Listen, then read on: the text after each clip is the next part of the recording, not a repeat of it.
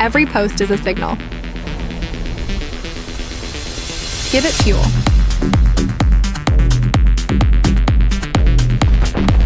Boost eggs, the social value layer.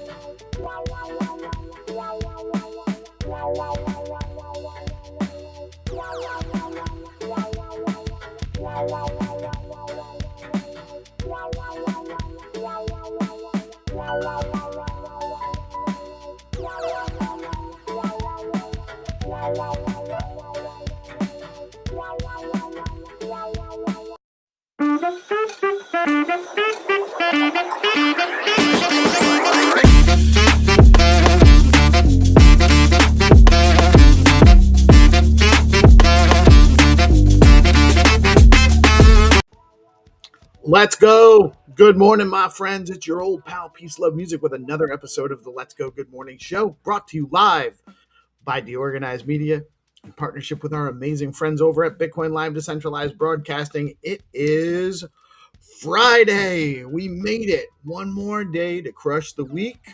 Gonna touch some grass and get some downtime over the weekend. And feeling good about it. Another amazing week. So many awesome things happening.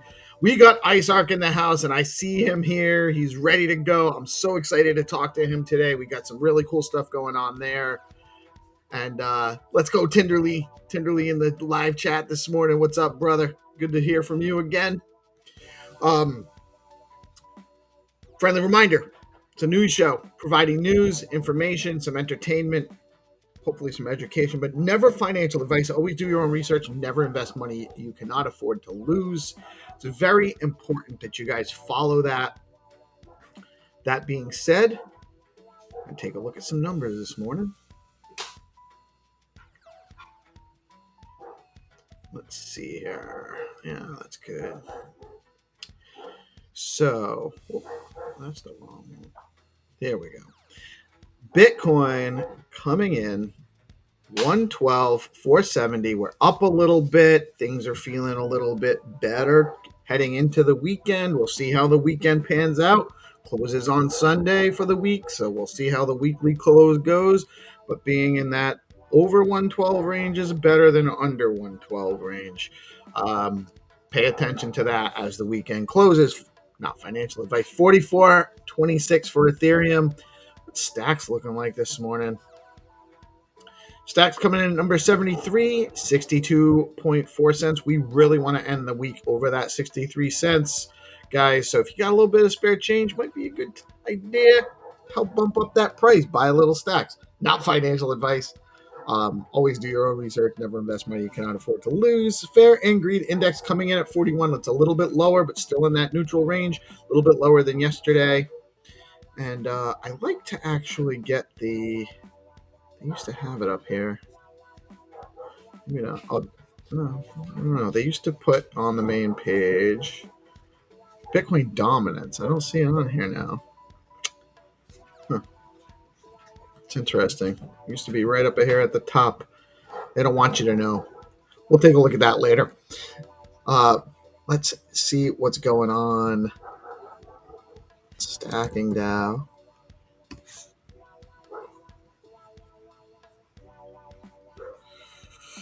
Rates on Stacking Dow, you got 9.13% on L Liquid STX token.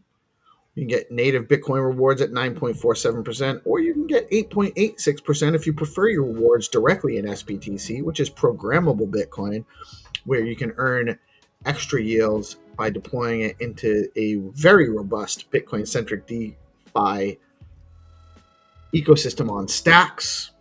SBTC is where it's at, guys, especially if you're into having BTC and earning interest on it. Earning yield, I should say. Check them out. You can get over to stackingdow.com for more information there.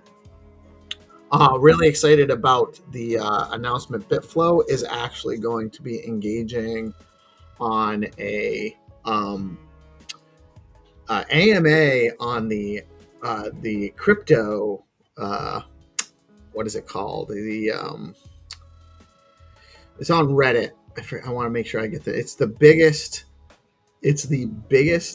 AMA, the biggest Reddit community, crypto community on Reddit, cryptocurrency, the Reddit / cryptocurrency community, and they are going to be on there from September 8th to the 10th. There's going to be a series of AMAs. Dylan from BitFlow will be on there talking about BTCFi, their HODL MM project, and the future of Bitcoin capital markets. Make sure you check them out. Really cool stuff going on there. Let's check the news report.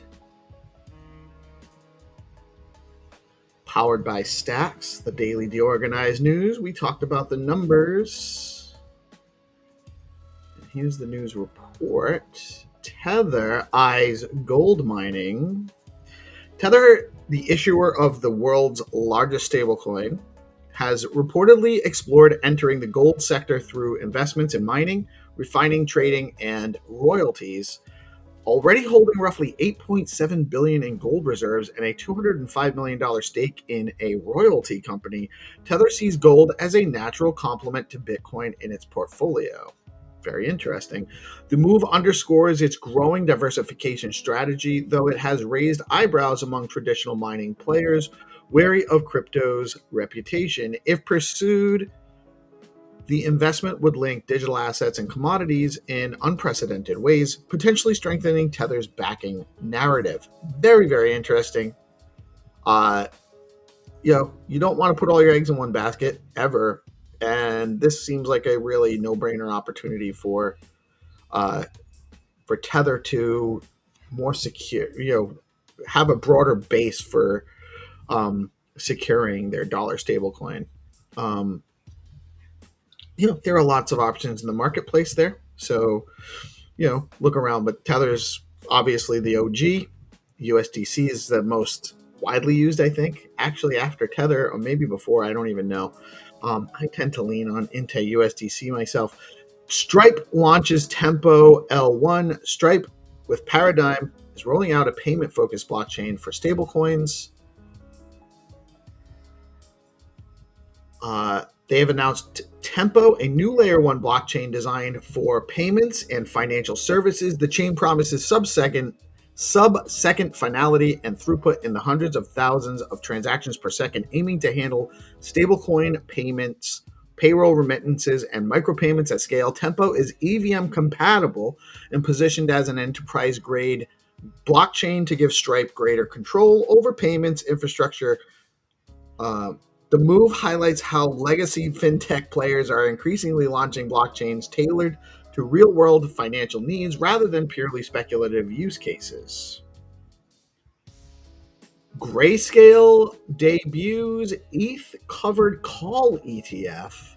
That's an interesting project. Grayscale has launched the Ethereum Covered Call ETF, ETCO, a product designed for income-focused investors seeking yield on ETH exposure. The fund generates biweekly distributions by writing call options on Ethereum's holdings, offering Ethereum holdings, not Ethereum's holdings, offering investors a way to capture premiums while maintaining underlying ETH exposure. This strategy mirrors Grayscale's Bitcoin covered call ETF and expands its lineup of income generating crypto funds. ETCO is aimed at those who want to participate in Ethereum's upside while softening volatility with regular income, reflecting investor demand for diversified crypto based financial instruments. Top 7 ETH treasuries ranked. Cointelegraph ranked the 7 companies with the largest ETH treasuries, underscoring Ethereum's growing role as a corporate reserve asset. Bitmine Immersion leads the list with approximately 1.5 million ETH, while Coinbase, SharpLink, BitDigital, ETHZilla, BTCS, and FG Nexus also hold significant amounts. These disclosures highlight both adoption and transparency, with some firms separating ETH held for investment from operational reserves. That's a good idea. Beyond balance sheets, several companies are staking their ETH or experimenting with restaking, signaling confidence in Ethereum's long-term role in DeFi and enterprise infrastructure. DeFi Development DeFi Development Corp buys more Sol. This is an interesting one. DeFi Development Corp, DDC, announced it purchased roughly 196,000 Solana for nearly $40 million, lifting its total holdings past 2 million Sol, valued at about $400 million. This makes DDC the second largest corporate holder of Solana. The company has staked a portion of its tokens to generate yield, reflecting confidence in Solana's long-term growth. DDC's aggressive acquisition strategy comes amid increased institutional interest in Solana as an alternative to Ethereum for DeFi and tokenization. Analysts note that while Solana remains volatile, such large treasury commitments highlight growing confidence in its ecosystem resilience. Very, very interesting. If you're a big Solana holder, I'm a small Solana holder. This is really great news to see a treasury trend start to be deployed into Solana as well. Very, very interesting. Adam Back warns of JPEG spam. Shout out to all of my Ordinals friends, by the way. We've had some great minting going on, and I don't think it actually caused much disruption to the network at all. But Blockstream CEO Adam Back has reignited the debate around Bitcoin inscriptions, calling image-based use cases like Ordinals JPEG spam that clogs block space and then distorts incentives. Whose incentives? Back argues that Bitcoin should prioritize monetary transaction over non-financial inscriptions, suggesting protocol-level rules to curb the activity. Supporters of inscriptions counter that competition for block space is natural and secures miner revenue, while critics fear rising fees and bloated blocks. The clash reflects a fundamental disagreement about Bitcoin's role, strictly peer-to-peer money or a broader neutral platform for digital artifacts. I like ordinals. I always thought it was a little bit weird that you would spend Bitcoin to inscribe data, and I think that maybe people should maybe be more discerning of when they do use it. But it's their Bitcoin, and the network's there to be used how it will be. So I don't see a problem with it. Altcoin season and corporate buyers. A new CoinDo report claims the current altcoin season differs from previous cycles. Boy, does it. Driven less by retail hype and more by corporate treasury allocations, the article points to recent disclosures and analysts' commentary suggesting large firms are quietly adding exposure to ETH, Sol, and other altcoins as part of a broader diversification strategy. This shift could signal a maturing market in which institutional capital plays a growing role in altcoin rallies. While the data is anecdotal and narrative driven, the suggestion of corporate accumulation adds weight to speculation about the sustainability of the latest altcoin surge.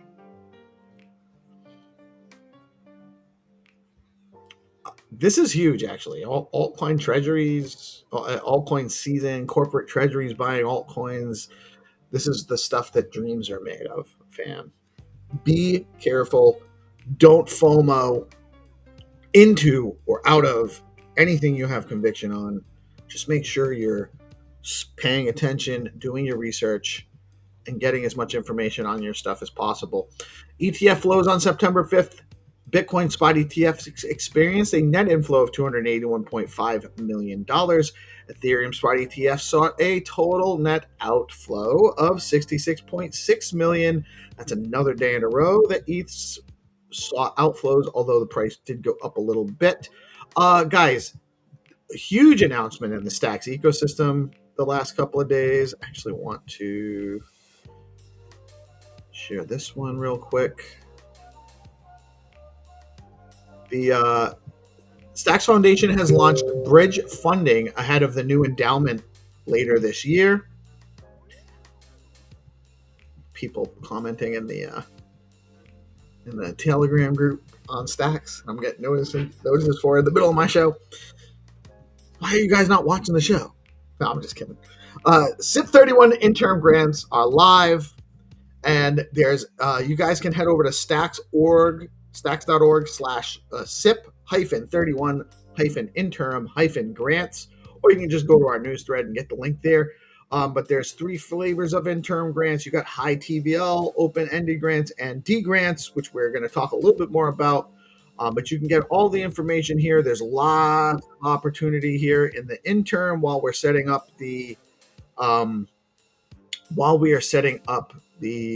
SIP31 entities, the Treasury Committee, Stacks Labs entity, and that funding comes online heading into 2026. There is some opportunity to get some early funding for those that are building in the ecosystem, have something to show for it, and are in need of some funding to get them through. So check that out today. It was announced yesterday. Just a little bit more on D grants.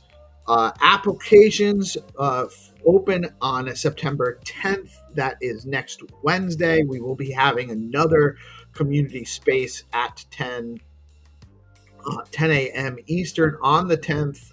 And then the launch party will be on September 15th. Not sure exactly the format of that yet, but this is best for new builders to get traction and credibility. Milestones-based grants is a pathway to bigger funding down the line, and you can apply over here, dgrants.xyz, cohort 3. We talked about the BitFlow AMA incoming. Super psyched about that on Reddit. We talked about Stacking DAO. And here is our calendar for the day. Guys, we have the Whatever Morning. If you guys are missing the Whatever Morning space with Binta and the DeOrganized Good Vibe Tribe, you are missing out. It's a great way to just get your vibes right, get started with the day. It's fun, entertaining.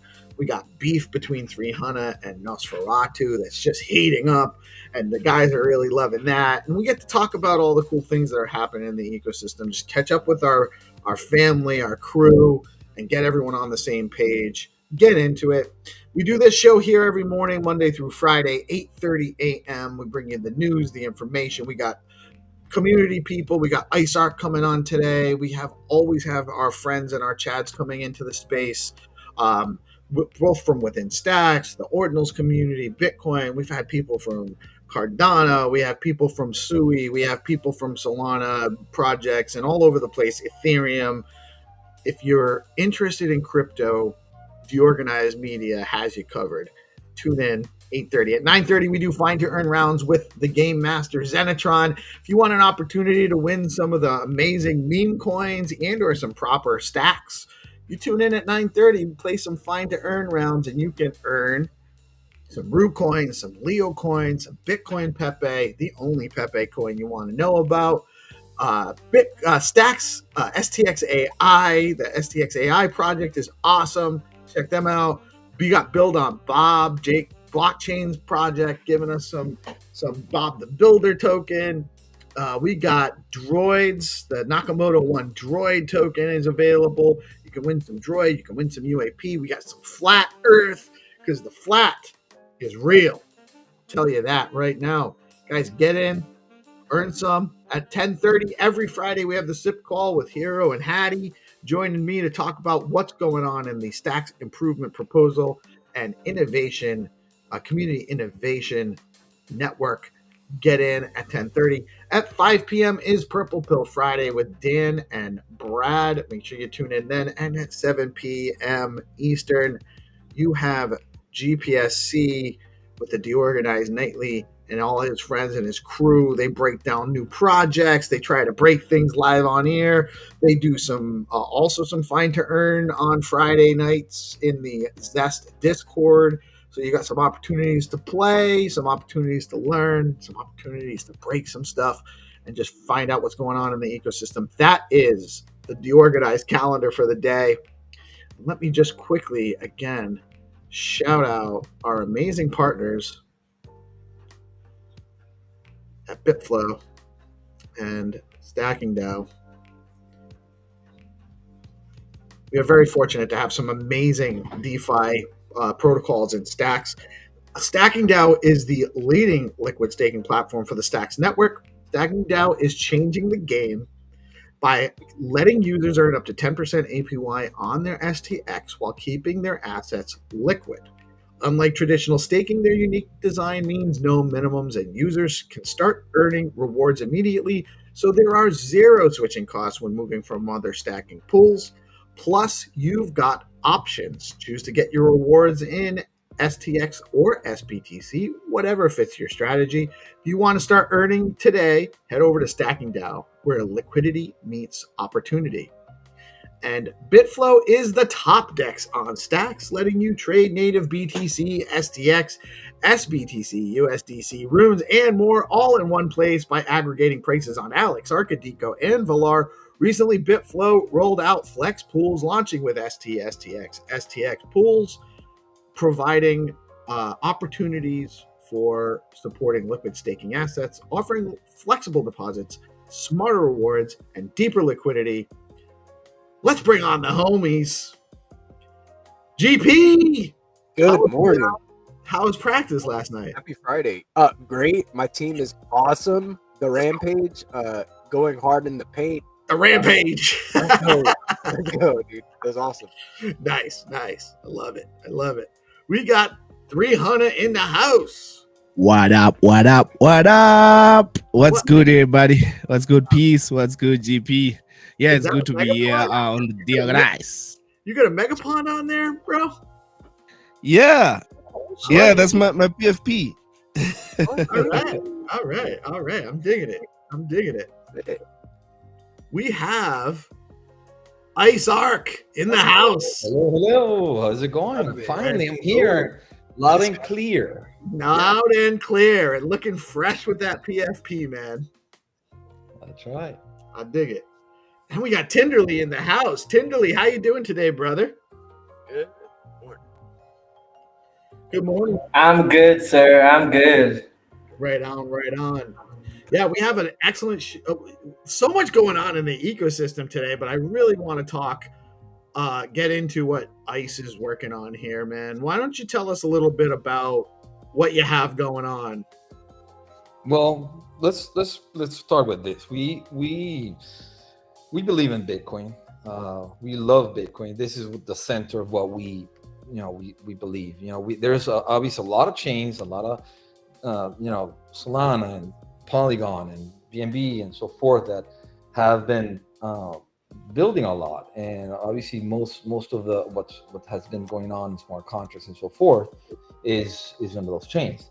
Now we have Stacks, which I am one of the first ones here. As you all know, I've loved Stacks and love Stacks, and I believe the Stacks technology is absolutely the best. But unfortunately, we don't have a good chain. Degens don't come here. We don't have a lot of apps. It's based on DeFi, and we'll talk a little bit more on that. So, obviously, how do we solve the problem of building on Bitcoin when nobody knows stacks and nobody understands stacks at all? No, so now there's a new technology coming in. It's BRC 2.0. BRCs, if you remember a few times, back, it was the first pretty big craze after with ordinals and basically inscribing tickers and coins and tokens in Bitcoin L1 directly. So, but the only thing you could do with BRC 20 was to send, mint, deploy, send tokens, and obviously a lot of stuff was developed around BRC 20. Now BRC 2.0 brings a really big update. It's basically programmable Bitcoin, and the way that has been made is they have developed best in slot BIS, which is the leading company, one of the leading companies is BRC 2.0. They have devised a way of building an EVM, a Ethereum virtual machine inside the protocol. So what this does is the indexers now will have this capability. So translated into regular languages is basically we're going to have smart contracts in L1. This is an amazing development, by the way. We had Benari on a couple of weeks ago, who's the founder of Best in Slot, and he talked to us a little bit about this just as it was launching. But I don't know all the technical details. I just know that they've developed some ways to basically do programmable Bitcoin on L1, which is the holy grail, right? That's what everyone wants to be able to do. We have to see how this all works out. I'm not a dev. I'm not a tech guy. I do understand the tech. I do understand how it works. So I might not have as much deepness as if maybe someone asked me a really hard question, I might not be able to answer it. But the point is with this EVM, within the contracts, yes, L1 becomes programmable. But it's not the same. It's not, you have to remember that everything on L1 works with text, UITX, O's. Everything is around those texts. And then you have all the indexers. So ordinals works with text. Then you have the indexers scouting the chain and obviously indexing all these inscriptions and so forth. When you see trading, it's the same thing. It's indexing block by block and the state of the block. So this still has to be developed, but it's a big one. If this can push through and this works, then we have programmable Bitcoin on L1. Now there's a big difference between a programmable Bitcoin on L1 and stacks, for example. It's still right, because the programmable Bitcoin L1 is not. It's still going to be stuck with 10-minute block times. Well, yes and no. You can still do, that's what EVM kind of works into it. If you have processes in the back end and smart contracts and things happening within those 10-minute blocks, then the state of the chain changes. But yes, you have to register the state of the chain every 10 minutes. There's no way to register before. Now, like Stacks did Nakamoto, there's a way that a consensus can build into how you arrange all those transactions, and then they get inscribed or registered. The difference is that Stacks is clearly its own blockchain itself, and then it kind of anchors on Bitcoin. This process that we're talking about, the EVM, is a little bit different. So it's still, I think there's still a big space for a chain like Stacks, and also there's a lot of space for a chain like for this new protocol of an EVM. With BRC 2.0, but at the same time, what happens if the cost of, you were talking at the news, spamming with ordinals, right? Spamming with inscriptions. What happens if costs go way up? It goes to the roof. Yeah, we have seen it in the past, right? Yeah, we have seen it, right? So what happens if there's 100? It's 100 sats per. I was paying $10 worth of Bitcoin to buy $10 node rocks back in the So that's what happens with this UITX technology. It's based on Bitcoin. Now cost in gas is pretty low, so it's pretty good.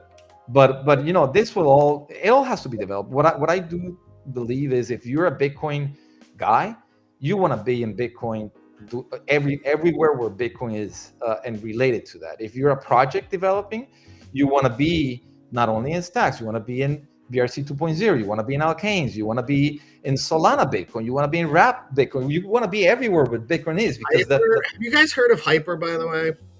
Yep. It's relatively new. I haven't. I'm just starting to hear about it. I don't know how new it is actually. I guess. Put it around on the timeline. Yeah, I'm only, but they seem to be. They seem to have something there too, based on the chatter I'm seeing lately. So But, you know, but to Ice's point, there's lots of. It's silly to be a maxi on any specific chain or any specific project, because the whole thing's predicated on the concept of decentralization, and that means there's going to be multiple winners, and there should be lots of options in the marketplace. There's 8 billion people on Earth. We don't only want to use one chain. We need multiple solutions. Not every solution is going to fit.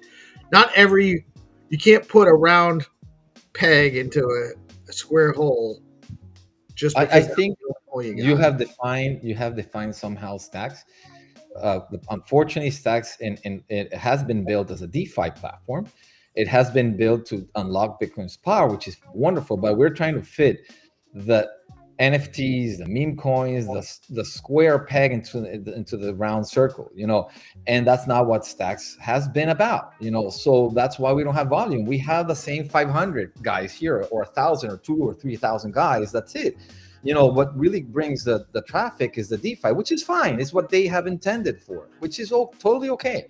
You know, so but you know, you can see any of the Stacks projects, even Megapon, you know, in our co-guest Cap, where is Megapon? It was the top. You know, I represent Bitcoin Monkeys. You know, where is Bitcoin Monkeys? You know, how can you develop if you don't have an audience? If you don't have a big audience? If you don't have, you know, how do you develop all these projects? You know, you can, you fine, you keep on there, but there's no way of really building like that. So I think, you know, like, and Stacks needs to change a little bit its way of thinking, you know. And so this is, you know, by the experience I have in Bitcoin Monkeys and everything I've done, and I also have Play. I have a meme coin as well. I realized this is not the way, at least not now. You know, I don't think, you know, unfortunately I think Stacks is going to go out of the, you know, 100th place until unless something big happens. I think we're going to keep on falling back. You know when it's going to be incredible? The next bull market. Because if we, from now to there, then we develop and we bring the market, and the market, you know, and SIP 31 changes the mind, and they start investing in projects that are going to bring the people, you know, and not only DeFi, then the next bull market will be amazing. You know, Stacks will for sure go to $10. So, you know, obviously, you know, I'm doing a lot of background here just so you understand why I created Bitcoin World. And now, you know, I can get into why I created Bitcoin World. Let's go. And all that, but I just wanted to give you a little bit of color of why, you know. Yeah, man. Yeah, no, and that's honestly, it's all important, right? It all set, we're setting the stage here. So tell us about Bitcoin World. So now Bitcoin World is exactly that. You know, we are focused on Bitcoin. You know, we have chosen the prediction market. You know, Poly market has been amazingly. It's incredible how it has grown, billions of dollars. So obviously the market is there. We have seen 20, 30, 40 other prediction market being built in different chains with a lot of volume as well. So we said, okay, let's first capture this prediction market, which it's great. You know, you can go from politics to sports to any subject, and let the people consensus, you know, show, you know, what's going on and what is, you know, what are we predicting today. So that's a big market. That's the first step. Then the second step is we saw an opportunity in BRC 2.0 on being able to program smart contracts on directly on L1, and you know, the hype surrounding BRC 2.0. We spoke to Best in Slot. We got KYC by them. We got approved. We're one of their launch partners, and we register Oracle on the first block of the protocol, which was a couple of days ago. So Oracle is our token. Obviously, if you can, you can imagine, relates perfectly with prediction. So kind of our theme is the predicting. It has a little bit of a degen vibe to it. Our PFP is a fox, which is it's pretty, and telling animal, or at least not necessarily, but it's kind of the fox idea of how you look at Bitcoin. So Oracle is going to be coming up to Launchpad as soon as Best in Slot is ready. They have launched Adderalls. They just launched their tools. They launched their market. Adderalls is already being traded. Yesterday was a 10 million market cap. I think today was a 9 million market cap, just so you have an idea. That's the first token that was issued, and registered and launched. It was Adderalls, and it's now at about that $9-10 million market cap. So that's it. A little bit of that's a kind of a summary of where what are we doing, building that prediction market. We're agnostic with the chain. To be honest, we're building now a smart contracts, all smart contracts in stacks. So SBTC will be in the platform, and at the same time we're building BRC2, and BRC2 will be in the platform. So so this means once we program SBTC and all our smart contracts and stacks, so obviously any meme coin or any SIP10 token will be able to play, predict, and people. We're gonna be giving utility to anyone in the stacks, but at the same time we're going to be digging in utility at BRC2 and all these meme coins as well. Adderalls and Threads and all the ones that are coming up. So we're basically building a very powerful platform, Bitcoin native, not necessarily chain. We're not stuck to one specific like stacks, but we're just open to Bitcoin, and we want to develop chain agnostic. Let's go. Yes. Yeah. Yes. So that's kind of it. A little bit on a summary there. This sounds good. This sounds like a good cross-community pollination can take place, and that's going to drive users to stacks. You see the vision, you see how to build it, and you've been doing GameFi for a while with NFTs and all sorts of different things. You're an OG in this ecosystem. I'm really excited to get to play with it. It's gonna be fun to be able to set out some predictions and whatever else you decide to go. You mentioned Alkanes, you mentioned BRC 2.0. What other, is there any other idea of Bitcoin side chains or side systems that you might incorporate? Yeah, the first thing is we want to be robust in obviously BRC 2.0 and stacks, because that's we see stacks as a blockchain, fast and smart contracts and so forth, and BRC2 with a huge hype and programmable in Bitcoin. But once we're solid there and we start really growing with that, the next would be whatever's hype. Let's imagine they're talking about a wrapped Solana Bitcoin. There's a lot of stuff going on.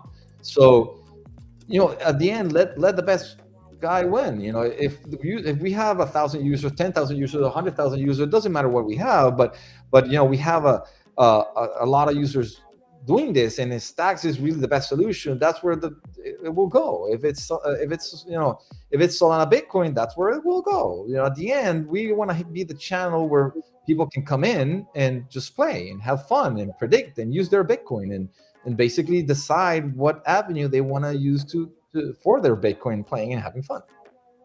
That's awesome. So pretty much you get some user feedback that, hey, I see this hype going on over here, or you see a new chain launching or something. You might just go that way. Being chain agnostic could really and using stacks as the underlying tech, huge. I feel like it's a great way to kind of showcase the robustness of stacks' tech stack while going to other chains and connecting with other individuals and communities. It's gonna be fun, dude. Totally. We're gonna have also we're gonna be minting a ordinal collection. It's gonna be a very, very reduced size. It's 888 ordinals, and those 888 OG ordinals will make income. They will have a yield. They will basically earn a portion of the platform. Whatever comes there in, they're earning that. It's imagining a vault having all these tokens and all Bitcoin, obviously at the core, and earning that. So you just buy an ordinal, stack it, and start earning Bitcoin. It could be then earning eventually something else like Leo, or it could be earning, Adderall's token, Acorn. So this is gonna be big. This play will be really big for those who want yield. It's not a flip. Uh, Obviously anyone can flip it, but it's not that play. It's more of an income, yield play. Fire. So that's gonna be like one of the first things that you guys launch is the Ordinals collection. So that's kind of how you're gonna get into the Bitcoin world universe first is through Ordinals. I think the BRC 2.0 will probably launch first, the Oracle. Oracle, obviously the AAA is going to be a little bit more pricey, a little bit higher ticket because it's only 888 and it's going to earn a yield. But the BRC 2.0 is going to be open to anyone, from whatever the minimum is, which I don't know, but probably a few bucks forward. We're going to do a launch pretty soon, as soon as we get a day with Best in Slot. Again, we were approved in Block 1. We have a partnership with them. We're already listed. If you look Best in Slot, you will see our token design there. And the thing with the token, the other thing which is totally different from anyone until we have seen so far, is the BRC 2.0 token will have a Bitcoin vault behind it. So it's the concept is simple. Another percentage of what we make in the platform will go to the Bitcoin vault. And of course, it will. This with time, you have 1 Bitcoin for whatever amount of BRC tools we have. But eventually, you have 10 Bitcoins, you have 20 Bitcoins. That grows. That's not ever going to be. That will not be. Let's say distributed. Simple concept. You do not distribute it. Why? Because you want it backing up your token. Now, if someday everyone votes, I want to just, now the token is worth whatever, $10 billion, and let's just freaking distribute it. Well, fine. Then they vote on it, they get their money, the token disappears probably, but it's okay. That's part of it. You at least know that you have a very strong asset backing up the meme coin. Simple concept. Yeah, I like that. Memes back. What's the easiest way or the fastest way for people to get involved right now? Probably joining the Discord. Well, let's do this, man. Everyone that joins the Discord now, today, and says I'm coming from DeOrganized, even if they are listening already are in the Discord, they said, I was listening to the show today. Open a ticket, we'll give them whitelist. We're gonna have two type of whitelists. One is first come first serve. Everyone will get that one here.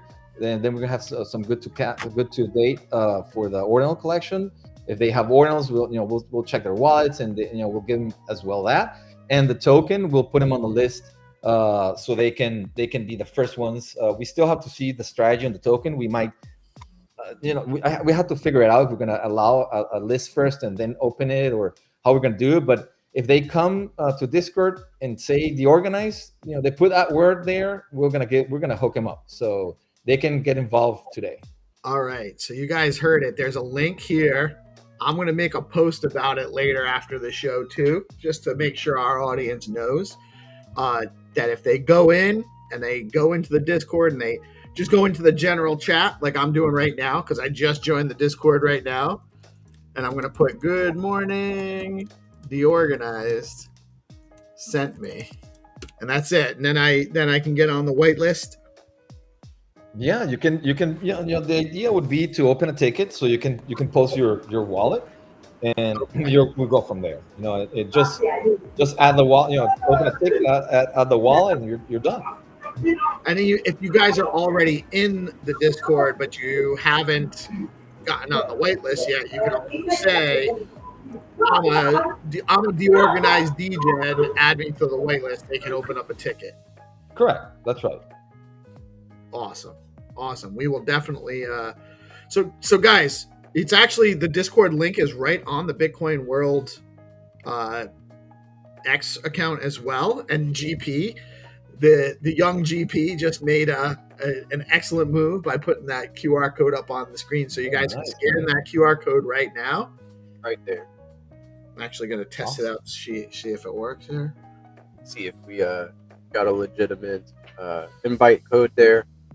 Jump into the Bitcoin World Discord. Drop a hashtag DeOrganized or whitelist. Let's go. It does work. It'll bring you Oh, right by the in. way, we're gonna do some airdrops as well. So if they come and they say DeOrganized, they'll be in a special list. You know, this is how it's gonna work. Let's go. When you put your wallet on our X account, you're gonna get a airdrop. Fine, it's gonna be the smallest one. You go to Discord and you get a roll, your airdrop will be bigger. You come to Discord, get a roll. You say that you come from DeOrganized, your airdrop will be bigger as well. So we're gonna have partners. You know, I'm already assuming Peace and GP that we're somehow working together. So I'm gonna just say that one of our first partners is you guys, or call outs, or whatever you want to say, and we're gonna just offer whoever comes from you a bigger chunk there. Let's go. Yeah, of course. We support everybody in the ecosystem, but I love what you're building. And of course, we would be considering you a strategic partner. DeOrganized is here at your service, sir. And I don't think I have to speak for GP, but I think he's on board as well. Oh yeah, dude. Yeah, I'm trying to have some fun. I need more builders like IceArc in the game, kind of like building more things to speculate on. Have Absolutely. Fun with, to earn. So this is one of the things, just like with Find to Earn and the Skullcoin stuff, and what Zenitron's trying to do. We are all on the same page as far as understanding that we need more to onboard more users, whether it's to stacks, to Bitcoin, to crypto in general. We need fun, engaging, meaningful experiences. And so what ICE is building here with Bitcoin World is another platform, another vector for facilitating those types of experiences.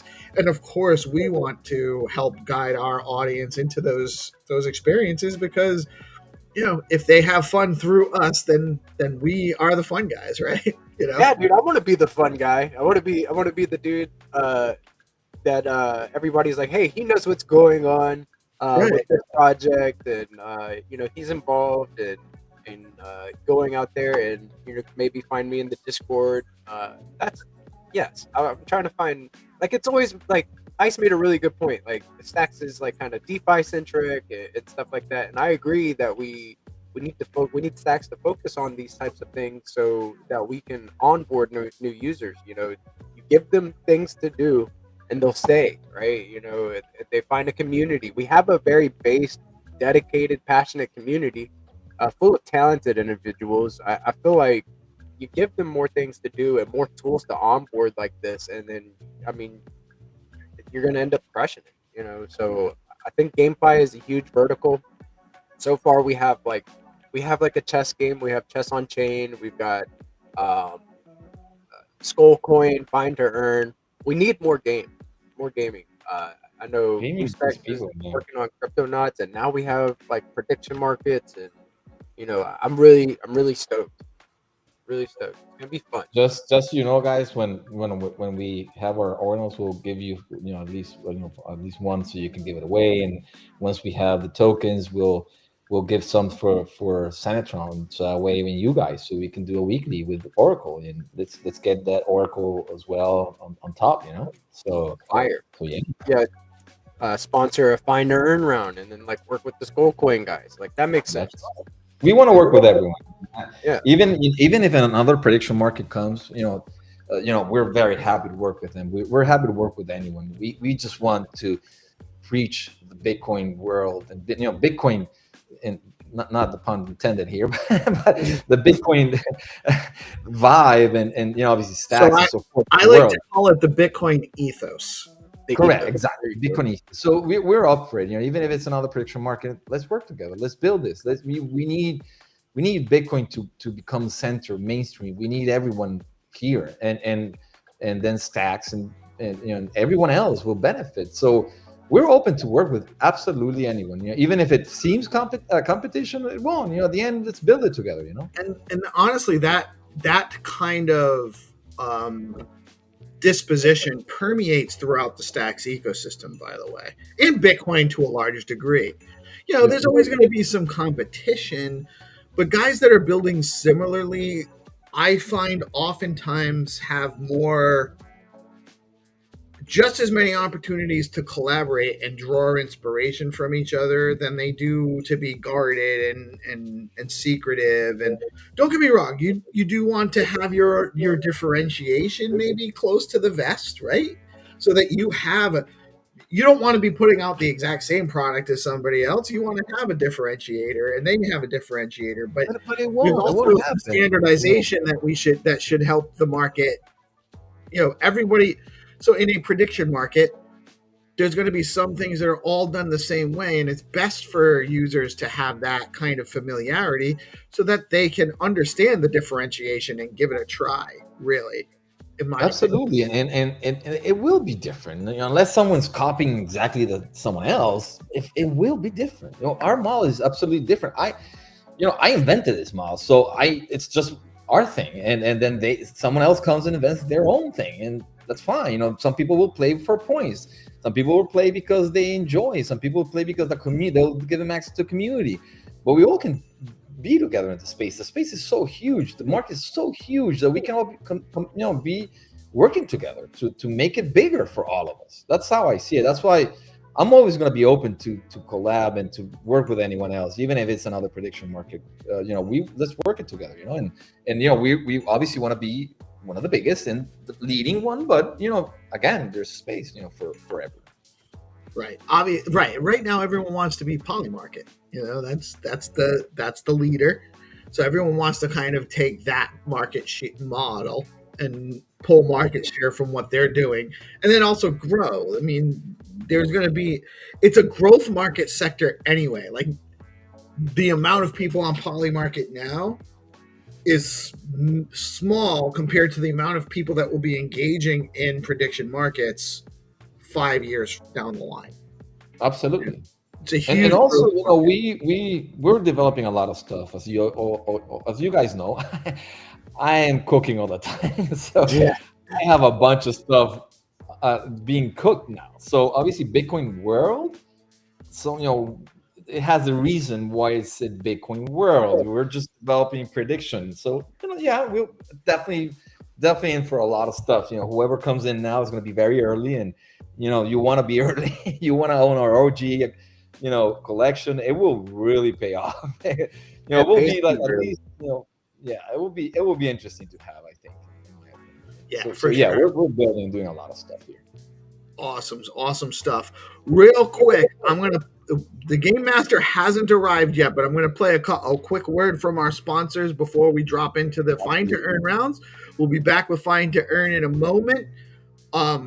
Ice, I don't know if you can stay and play, and you do not feel obligated to. Happy to have you, right?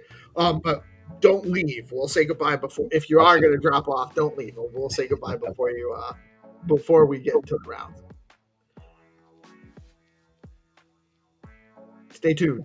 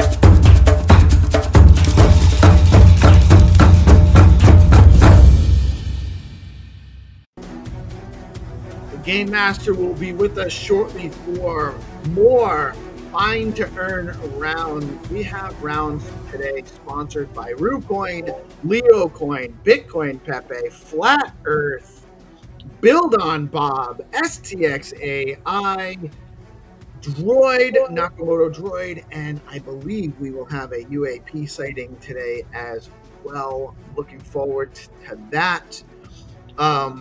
We will be, guys, first rule of Find to Earn.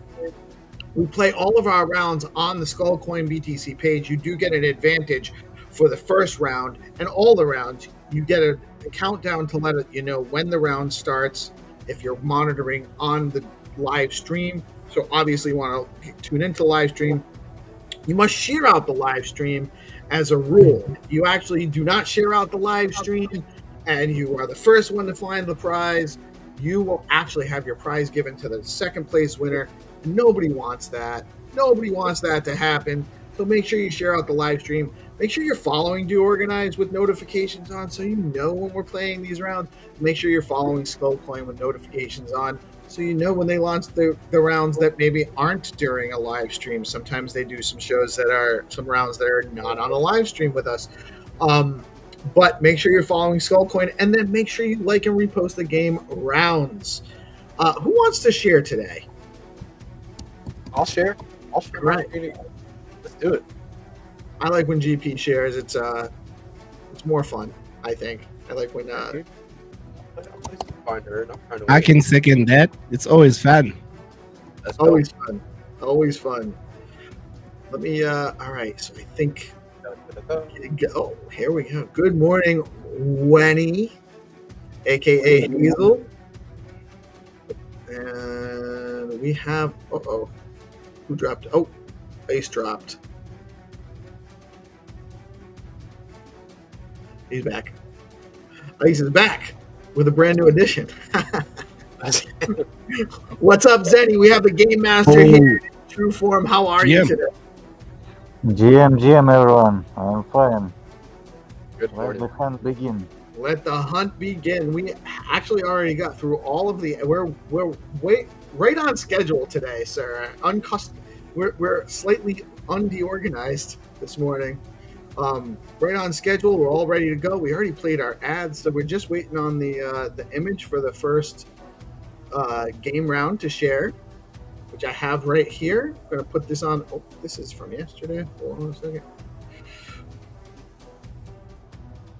Oh, I like this one. We're going to start. You guys are going to like this. I dig it. I dig it. Let's go. And you dig it. All right. So we have UAP sighting. He's pulling up that. He's stealing that cassava right there. Is it a cassava watermelon? yeah. He's taking a watermelon right there. And looks like you got some power lines, some smokestacks in the background. So there will be some information to go by once we launch the round. Are you ready to launch, sir? Wait a moment. We'll give him a minute. We'll leave that up there. You guys have an extra minute while the Game Master. You get this extra advantage if you tune into the live round. I guarantee you, whoever wins this round saw this image first on the live stream. For sure. Good morning, Valora.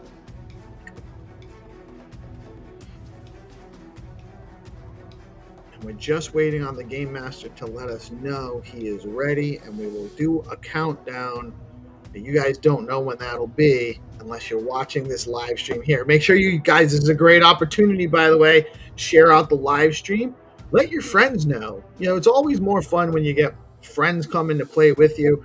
What's better than winning and being able to like kind of rub your friend's face in it a little bit? Like, ask the Dude Squad guys if that was a better experience, because there was a little bit of a beef going on before they took our lunch, you know? What do you guys, GP, how do you feel? Do you think that made a better experience winning? Oh yeah, for sure, man. Getting to go to the Skullcoin Sigma chat and then all do brooms in a coordinated fashion, right? Like, we're all like, hey, post brooms in the chat because we swept the competition. Boom, boom, boom, boom, boom, and then we all spam brooms. Felt good. So, real good. right. So Okay, make we're sure ready to launch. We the dude squad. Hey, Tinderly. Play. Tinderly, have you ever done the countdown for Yes, us? sir. Yeah, do a countdown, Tinderly. No. Come on, You're gonna do the countdown for us today. come on, man. It's just a couple numbers. You got it. Okay, so I'm gonna be going 5 to like backwards. Right? Yeah, yes. Yep, 5, backwards 4, from 3, 5 2, in whatever language you want to use. Okay. Damn. Okay, let's go with Hausa then. Let's go with Hausa then. Let's go. Yes, sir. So should I get it started Yep. right now? Get it started, man. Let's go. So we biar hudu uku view dara. Let's go. Let's go. Checalo. Ooh, Let's let's get go. it. We are Ah, headed to G, the man. Bitcoin BTC page. We are giving it a little refresh, and we are going to go find the game round. So we're going down here. We're actually scrolling down past the game round, making sure that we have liked and shared the stream somewhere in here. And then make sure that you like and share the game round as well. So looking for this image here, the UAP, grabbing a watermelon. Look at this, very, very nice truck, open bay. Got some, looks like a shipping yard in the background on a street. Let's go. You click this right here. This link will take you to Google Maps, your starting location. I like to copy the coordinates just in case. Go over here, boom. And let me change my screen up real quick, show you what the starting location looks like. So here we go. Boom. And we are looking around in this area. We are in Mongolia. Very, very cool. All right, let's see here. I'm going to click this little yellow man to see which different alleyways that I might be able to take to find this. Down the street a little bit and see what I see. Go look around a little bit.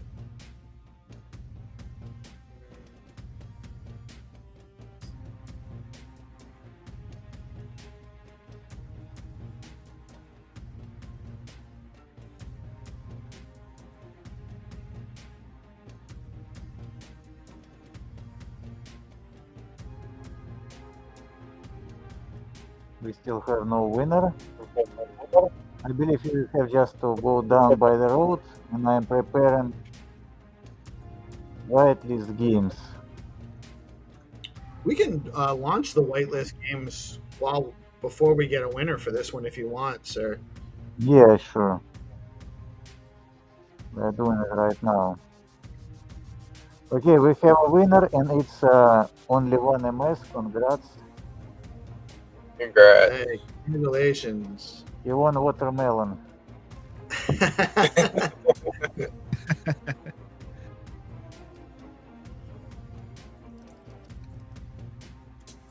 Really? Okay, the next games, 2 games whitelist. If you not eligible to play, still repost and like the game before you help new players to participate. Okay, I will launch it in 5, 4, 3, 2, 1. Let's go. Let's Ah, go. G, man. Oh, Come on, Scan. The first game is Hyundai. launched. And second game, if you cannot play the first game, check the second game. It's launching right now. Maybe you can play the second game. Vámonos. Oh, vamos. Vámonos. Let's go. Yeah, another one. Another one. looking for this Thanks, Bob. thank you, Dora the Explorer, for teaching us Spanish by way of our children. That was on my, I'm old, so I had little kids when the show was on. I also had Spanish in high school, so I didn't learn that from Dora. Stupid text platform. What's the matter? Too many waitlists? Yeah, too many. Wait. I need to pass the challenge, What? the bot challenge. Hana already has an animated promo for the The Oracle Fox. Yeah, always Oh. cooking. Dude, when are you not cooking? I don't feel right if I'm not cooking, bro. I'll be sick. So I have to cook so that so that I won't find myself doing nothing. So yeah, always cooking on cook mode. I'm just gonna show this real quick, and I'll put GP's screen share back on. But look at this. Dope. Ooh, nice. Looking like what do you call this type of art? Damn, forgotten. Looks cool though, right? Pixel, yeah, pixel art.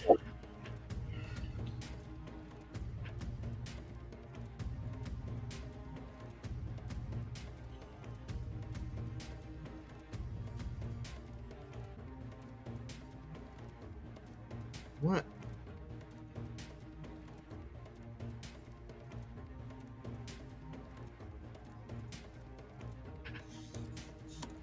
Why do they do that?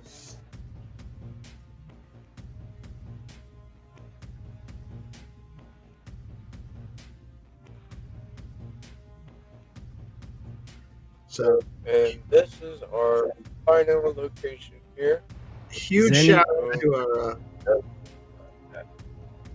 Hey, so Huge please, Oh, go ahead, Hana. I think Megaphone is saying that Scout Coin account is temporarily restricted. Have you checked? It is, but Oh. it's not. It is, but it's not. It's back already. Like people can access it. So I'm looking at the post right now, but that does happen periodically. Yeah, when we launch two posts simultaneously, X cannot handle. It's not the bots. Right. They ask us for check. I believe because on X Yeah. not such an activity as client earn. Okay, get ready for the open games. Refresh Skullcoin page. All right. We are ready. So I see we did for our whitelist players, we had 1,000, our 1,500 Rue coin. Huge shout out to Jack and the crew. I cannot wait for Rue Invaders. And on the Bob Coin account, you had the Bob Coin game, you had 15,000 Bob up for grabs. Guys, make sure you're getting over to fact.fun. There's some awesome opportunities over there. Roth is always iterating on there, so you should be checking in regularly to see new stuff. But make sure you get over there and burn one Bob today. I know the guys are really hoping someone will knock Hannah off the list. So get over and burn one Bob every day on fact.fun. And make sure you're Now I'm fighting this thing. Are you still in first place? Bro, now it's hard because how can I beat Rafa, the one who's constantly developing the website, and also Yeah. Jack and Shad? Those are the guys that are left. So yeah. I still think you're gonna win. Some dedicated I love legions. those guys, by the way. They're both good dudes, but Oh, okay, we'll launch Flutter's game in 5, 4, 3, 2, 1. Let's go. let's We go. have a winners Let's of the whitelist game. It's let me tell. It's Sensei Bloyan for Bob's game and Lord Volt for Ru game and Oh wow. Sali just 3 seconds later. So keep playing in whitelist. Okay, we play open game. Flat Earth, good luck. You have to find this small statue. Yeah, I love this lawn gnome right here. It's saying the earth is flat. I dig it. Great. Is that Mother Earth?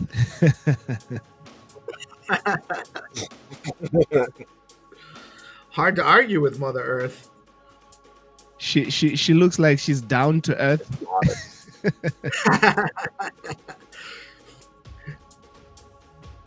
Hana's getting punny. It must be almost time to be a dad, bro. Yeah, bro. That's fun. Oh, I cannot wait for that time to be like, oh, I can't wait to be called unconditionally. Yeah, Ank. Unky. The Unk. Yeah. But then you gotta coach soccer. Yeah, I'm just loving how GP is transitioning from the Web3 degen to the real coach, real life coach, bro. And he's also a dev. Yeah. Learning some stuff. And a captain as well. I would Captain will call GP. What's nephew's nickname on the field? I forget. Rampage. Junior captain. Was it GP, Rampage? No. Oh, Rampage is the name of the team. Oh, I forgot to switch the screen. I found it, guys. Okay, congrats, the winner. The first one who found is Tamil Chat. Also, we have all players who found GPS. Let's Spirit, go. One, Isaac, only one MF. Pat. Crystal Clear, Valora, play again, continue playing, improve your skills. We play the next round. Okay, let us send now our STX agent to vacation. Are you ready? Yes. Let's go. Okay, Hannah, can you count down, please, since STX agent looks like you. Okay, I see you. Let's go in 5, 4, 3, 2, 1. Let's go. Vamos. Es Okay, que let's go. Andy.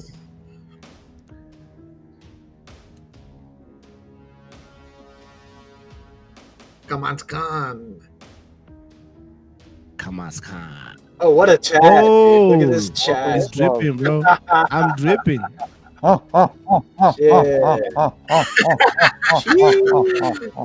go. 3H got abs. Golly, what a start. I'd have been working out. Yo, Zenny, when are you gonna do a fine tuning on a Nigerian map? I need to get that Easy, done. but You you know, know, maybe that will be easy. ask us to not even like try again to do there, because when I did, they said it's like in just finding in trenches, not make it anymore. Oh, I don't know. That's their business, but Okay, let's try. I don't know. We'll do it easily. We have amazing places there. What town do you live? I'm in the capital city. What's the name? Abuja. Okay. Drop your name in Skullcoin Sigma You chat. can you need to come there though. Drop the name to Skullcoin Sigma. We discussed. Okay, sir. Thank you so much. Let's go. Did you check Hero Gamer's comments on the Stakes AI image? What do you say? What do you say? He said, "Is that 3, Hannah?" Yeah, that's him. Oh, yeah, that's big sexy 300. You see that? I wish I had Good those shit. abs, bro.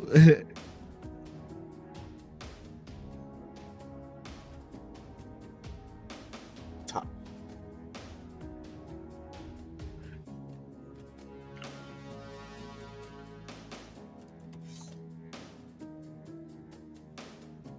You know what I love about Fine to Earn is I've been to more countries than I've ever been in real life. So this is amazing. Thank you, Zenny. I'm traveling every day to new Right. cities. That's another, right. You're getting exposure to different cultures, different architecture, geography. Look at this. Yeah, it's earning and learning at the same In, time. UAE. Look at this place. This is beautiful. It's like a man-made. These are man-made islands. All this palm tree. All this was man-made. This whole crazy.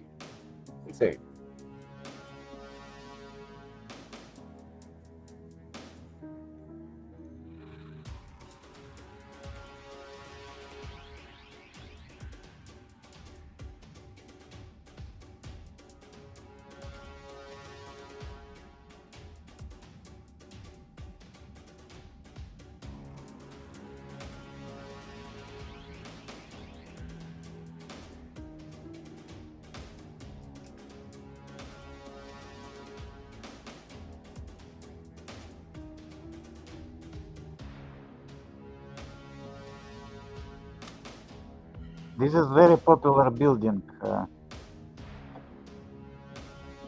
Okay, seems like we have a winner, and it's a DeFi dictator. DeFi dictator. Let's go. DD for the win. Okay, we have more games to come.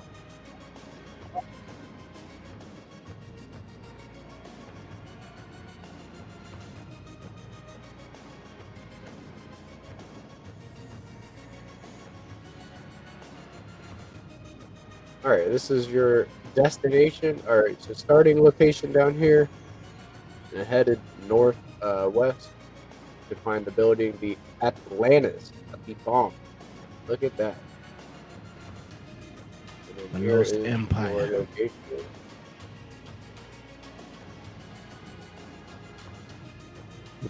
Okay, the next game is Droid game. You have to find this building. It's a strange building. I have no idea what is it. But any side of this building, can you like look? When you got it, we will count it as a win. Just there are, I believe there are many such buildings. Who want to count down? I'll do one. In 5, Cool. 4, 3, 2, 1. Exude. Hyundai. Pecado. Droid for the winner. Hello. Find this building. Hyundai. Vamos.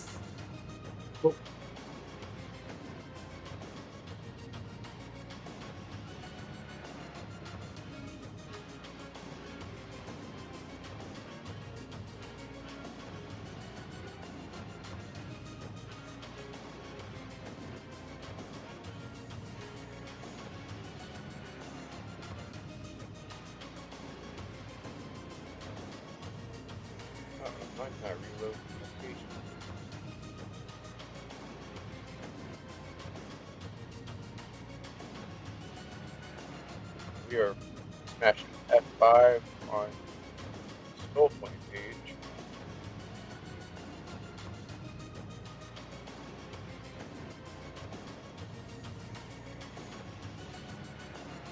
There's still that Stakes AI on the. Stack AI. Yeah, I tried to refresh too. Trying to get to that drone round. Trying to get an early advantage. Still working on it.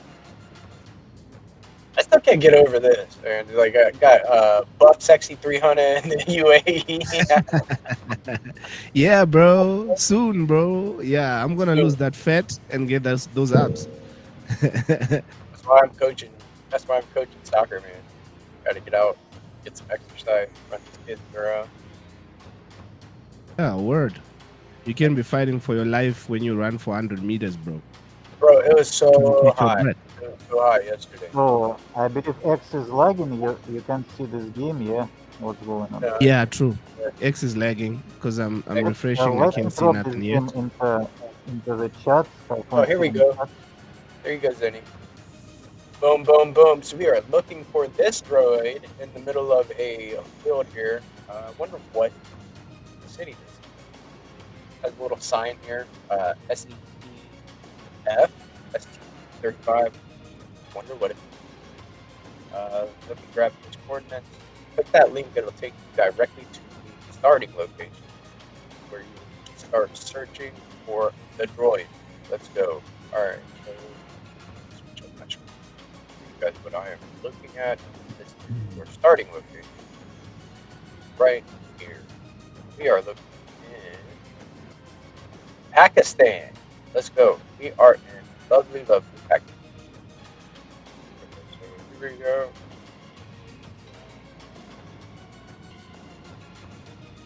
Let's see if I can find it blue. So it's green. It's not in the middle of the desert. So I'm looking for some green.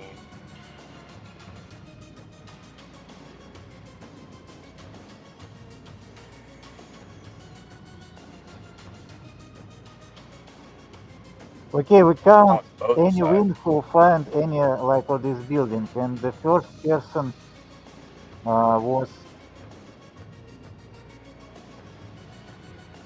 actually it was Pigeon Insane. Hash. Let me check.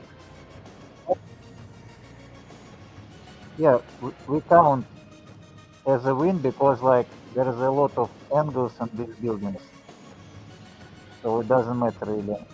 Get ready for the next game. We have Pepe game and jackpot round. All right. We're headed back to the skull point page. We had a winner. Congrats, Agent Touch. Fantastic win. Got a lot of people that put in the location very, very quickly. Big shout out to all of our hunters. Look at that. Just like this. Down the street and across the way. Here.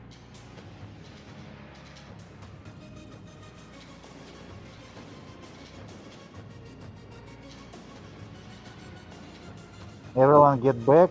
We are waiting for you. And we soon launch on the Pepe game.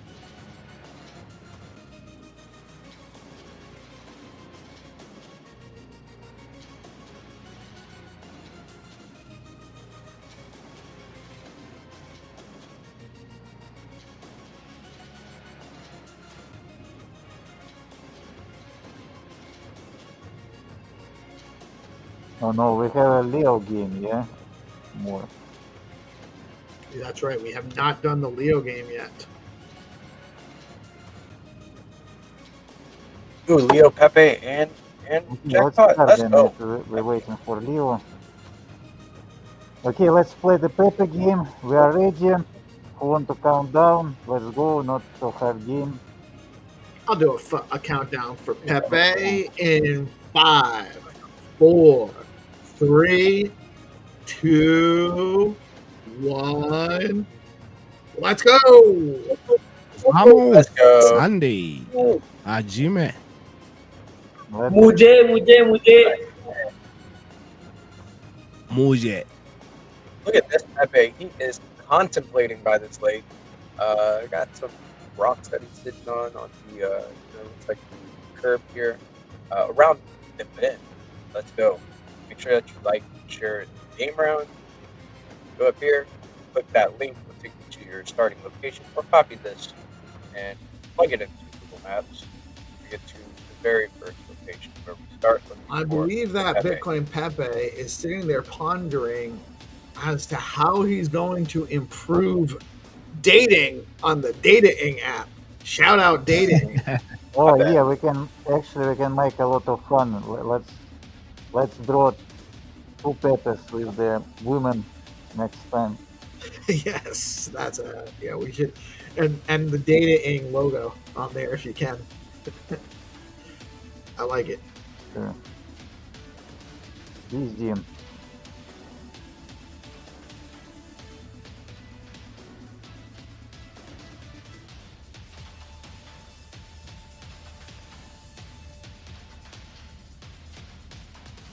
Things that make you go. This beat is slapping though. Yeah, it is. It is. You hear that? Fire. It's a mover and a shaker. Hey. Let's go. Going crazy.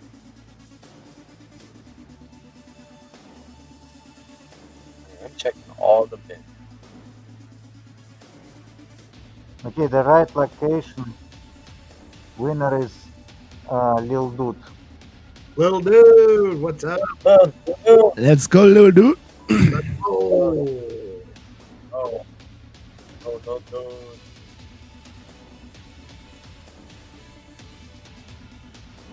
Alright, let me show you how to get it.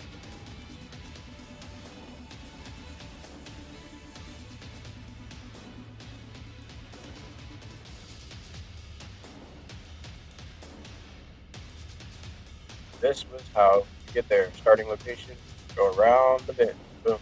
There you go. And that will take you right here. Bam. Where you can find that bed. How is he going to make dating better with the dating app? Let's go. Bang, bang, bang. What's next? The Leo round? Yeah. Let's go. We got a Leo round coming up soon. Have the jackpot round.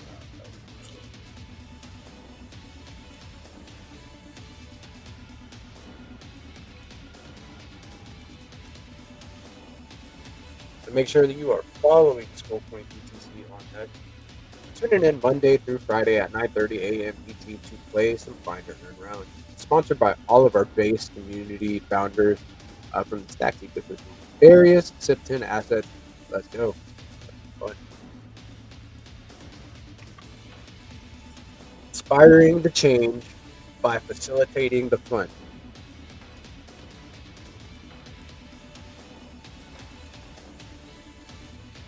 Okay, we are almost ready.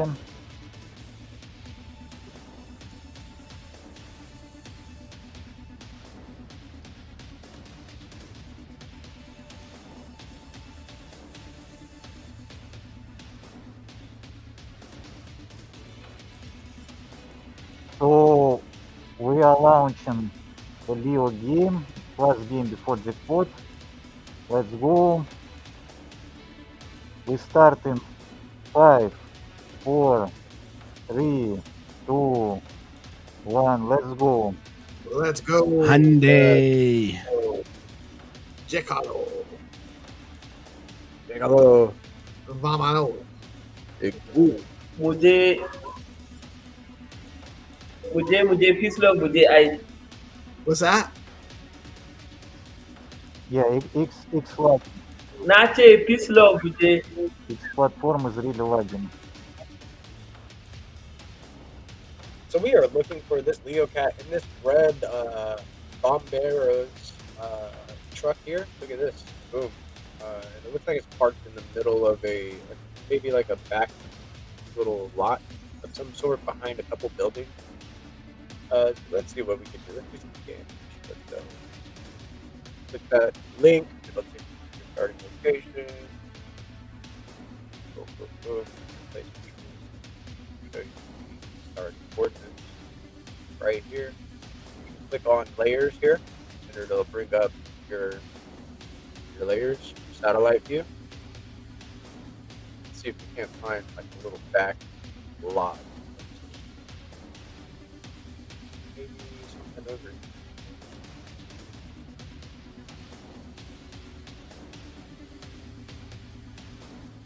Okay, the first person, the winner is Winnie.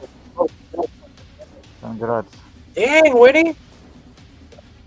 Oh, congratulations, when you. Let's go, Winnie. Win you. Let's go. Alright, let me grab this one. Show you how. Yo, shout out to you, Wilfred. I see your chat on my stream. Thank you for coming in. Is that Wilfred?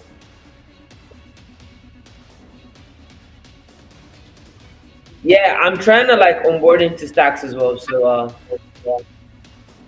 Yeah, welcome. And that's the beauty of Restream, by the way, that people can actually stream out. Our guests can actually stream out onto their platforms if they want to. I don't usually talk about it because it's not first of mind, but you should have an invite when you join. You have an invite to do that, right, Tinderly? I don't know what that looks like anymore because I'm always jumping in as an admin, so I don't remember what that looks like. no, already. So you get to like I think there's a page up for a PC or laptop. Like there's a page add to channel. Yeah. So on the add to channels page, you get where you can connect your TikTok, Twitch, X. And you just need to have a free basic, like you just have to set up a free basic Restream account, right? Yeah, I don't. No. Yeah. I think just connect. You can use your Google Mail or any. Yeah, you just right. There is a free version. So once you have the free account set up, you can actually connect your socials. It's been a while since I've done that. Like back when Staxy used to come on a lot, she used to she used to always share hers like directly, and that way we didn't have to add it. We could only add so many within the platform. Like we already, it already goes on my X and GPs and stuff, and like all of the like we send it out to like 12 or 13 platforms or something like that now. Okay, let's start the last round. I will count down in 5, 4, 3, 2, 1. Let's go. This is last round for Let's Ishkiri. go. you. And yeah, peace. Is it possible when we try to multi-stream? I'm sorry, say that again. On time, can we try this multi-stream? Is it possible now, technically? We can. So let me actually see something real quick. Let me see if I share my. We can try it right now. Actually, I just don't know how it'll work. On your screen. Yes. Which. Hold on, let me actually just do it there.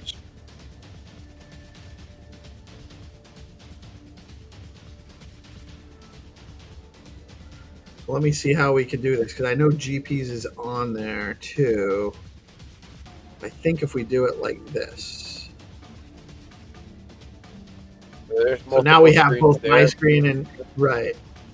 And then actually I think if you do like we can no, I want to do it like this. Hold on a second. This is gonna be interesting. We can do this. Hold on. Yeah, it's optimal if the people can just multi-stream and you can just choose the different people sometimes, focus on some of person.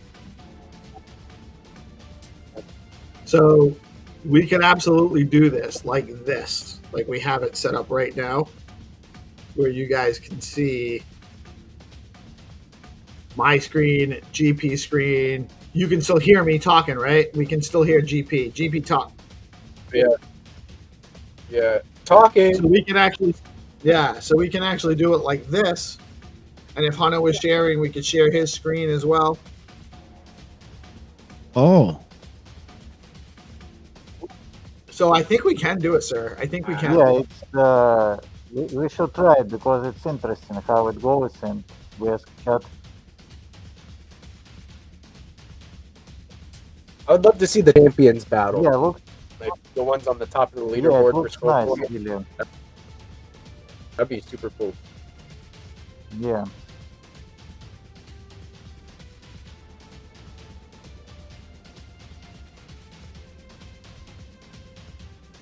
Yeah, so we can actually, and then we have Hunter's screen on there.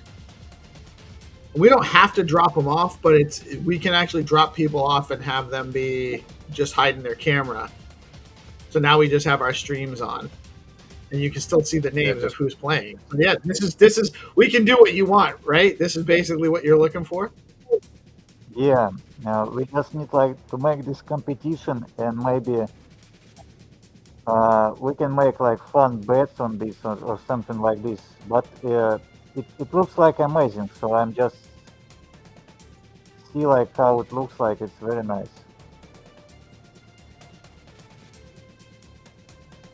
I'm down to bet on some players. We've been doing that that in the is Stack why Down they call poker you tournament. Game Master for a reason.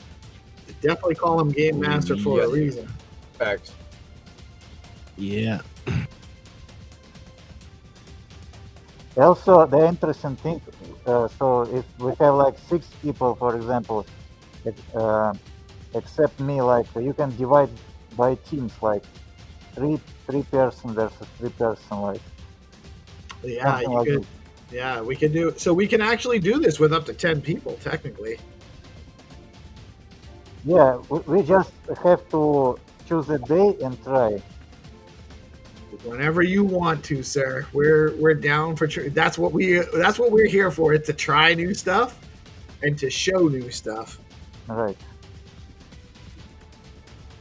Okay, 1 minute more, and if we have no winner, we move this price to Monday.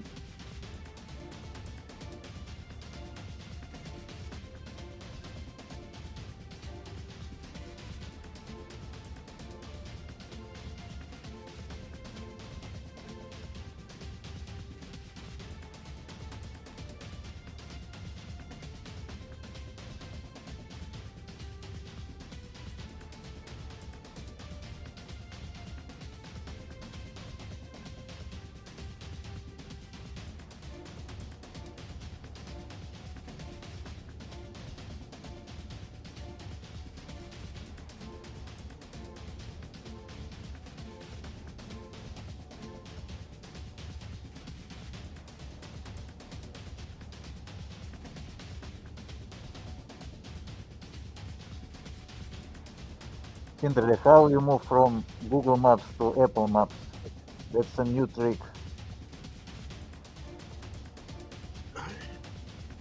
Tenderly's using Apple Maps.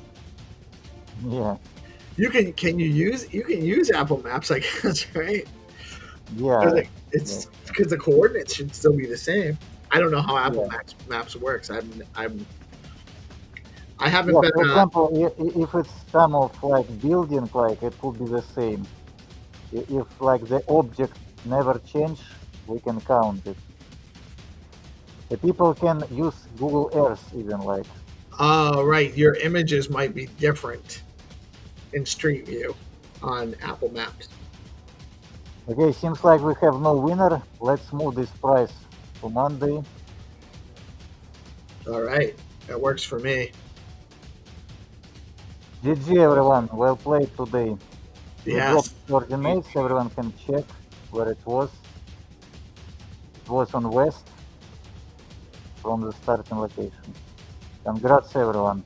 Yeah, we should try these multi-streams one day. Maybe next week we'll see.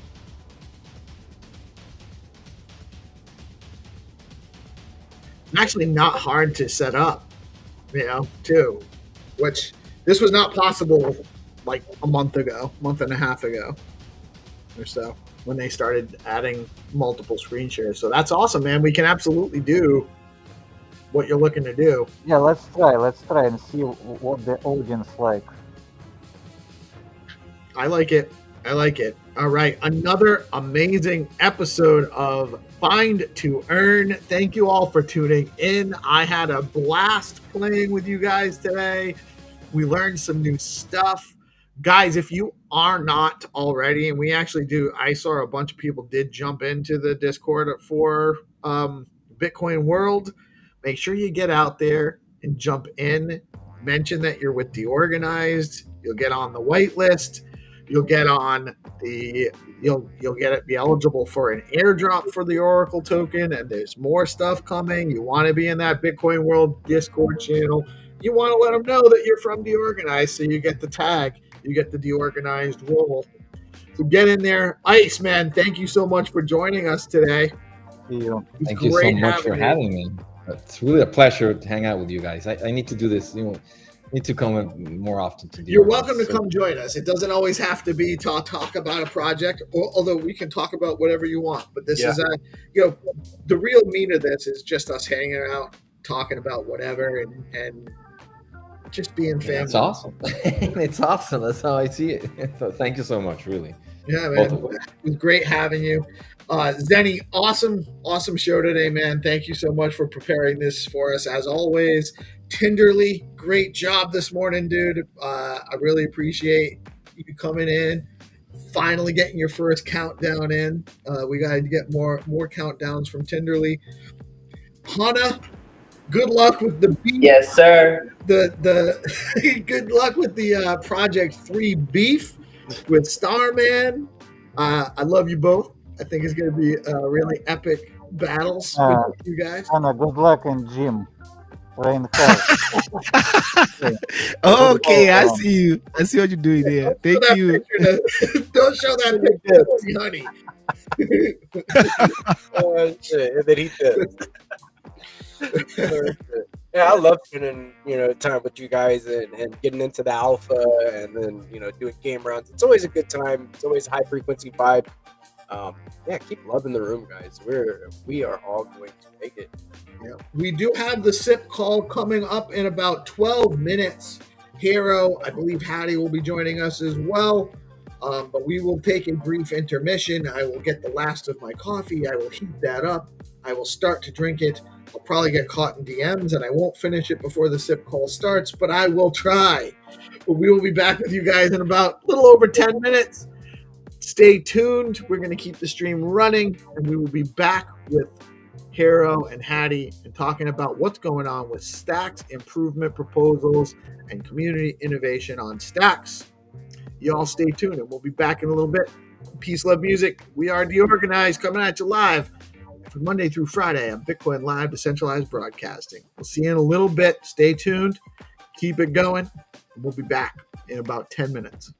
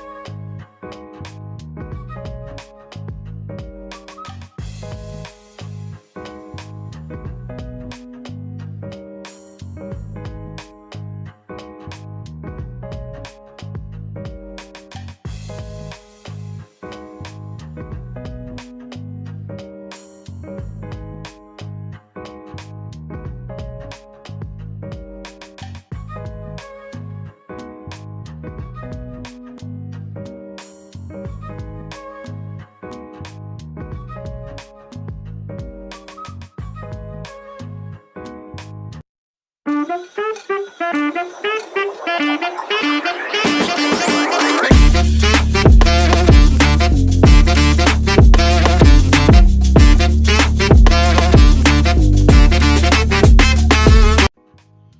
go. It's time for the Stacks Improvement Proposal and Community Innovation Show, brought to you by DeOrganized in partnership with our friends at Bitcoin Live Decentralized Broadcasting. And we have a great agenda for you today. Good morning, Hero. How are you today?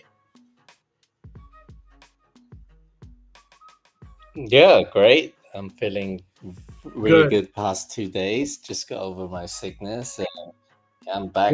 Good. We missed you. Great to have you back. We also got a bunch of guys with us to chat right now. We got GP in the house. IceArc is hanging out with us for the SIP call this morning. What's up, man? Been a long time since I spoke to Hero, so I'm just here to hear. Nice. See what happens. Maybe what's up? Maybe we can discuss something. We'll see. And Tinderly's going to hang out for the SIP call as well. Good to see you. Right, and our Ice, I don't know if you caught the whole show this morning, but Ice is working on some really cool stuff, Hero. You should definitely jump into the Bitcoin World Discord group and let them know that DeOrganized sent you.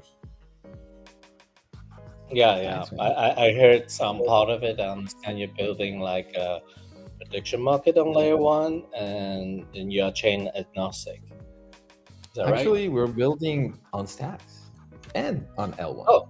So we'll building both. both. So are you like doing like an oldie fun kind of stuff, but via Stacks? Our V1, our MVP is Stacks actually. It's not on L1. BRC 2.0 is still not well developed yet. So the first launch will be with Stacks. It's a Stacks based smart contract. Very cool. Awesome. So, Hero, what's our agenda for today? Yeah, so I thought just to give like people a bit of update what I've been slowly doing, because there's some sort of it's not like a technical back end, but there's some paperwork that needs to be updated based on some of the learnings that we did. So yeah, I can give that like an overview. But yeah, that's the main thing that I was gonna update people on, and that's not gonna affect directly to, let's say, the people users right.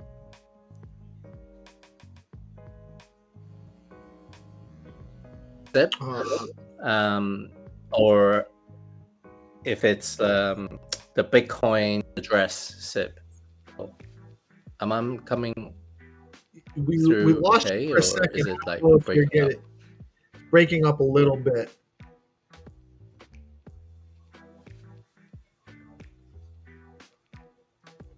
Yeah, let me switch internet. See if it makes it better. Yeah, no problem.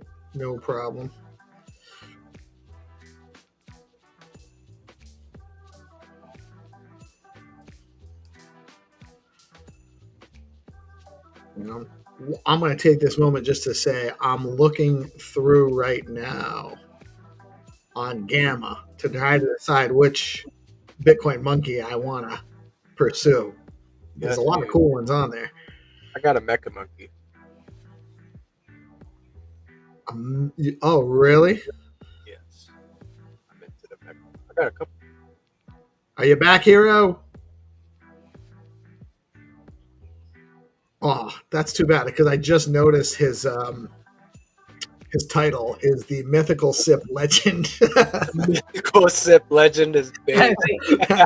That's actually you guys did that last time. I honestly couldn't care less what my title says, to be honest. But yeah, I think it's more about what we do for the stacks, right? I don't know.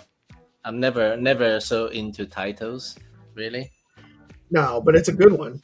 Like, it's apropos. Yeah, I'd say. Is it coming through better now? Yes. Much better.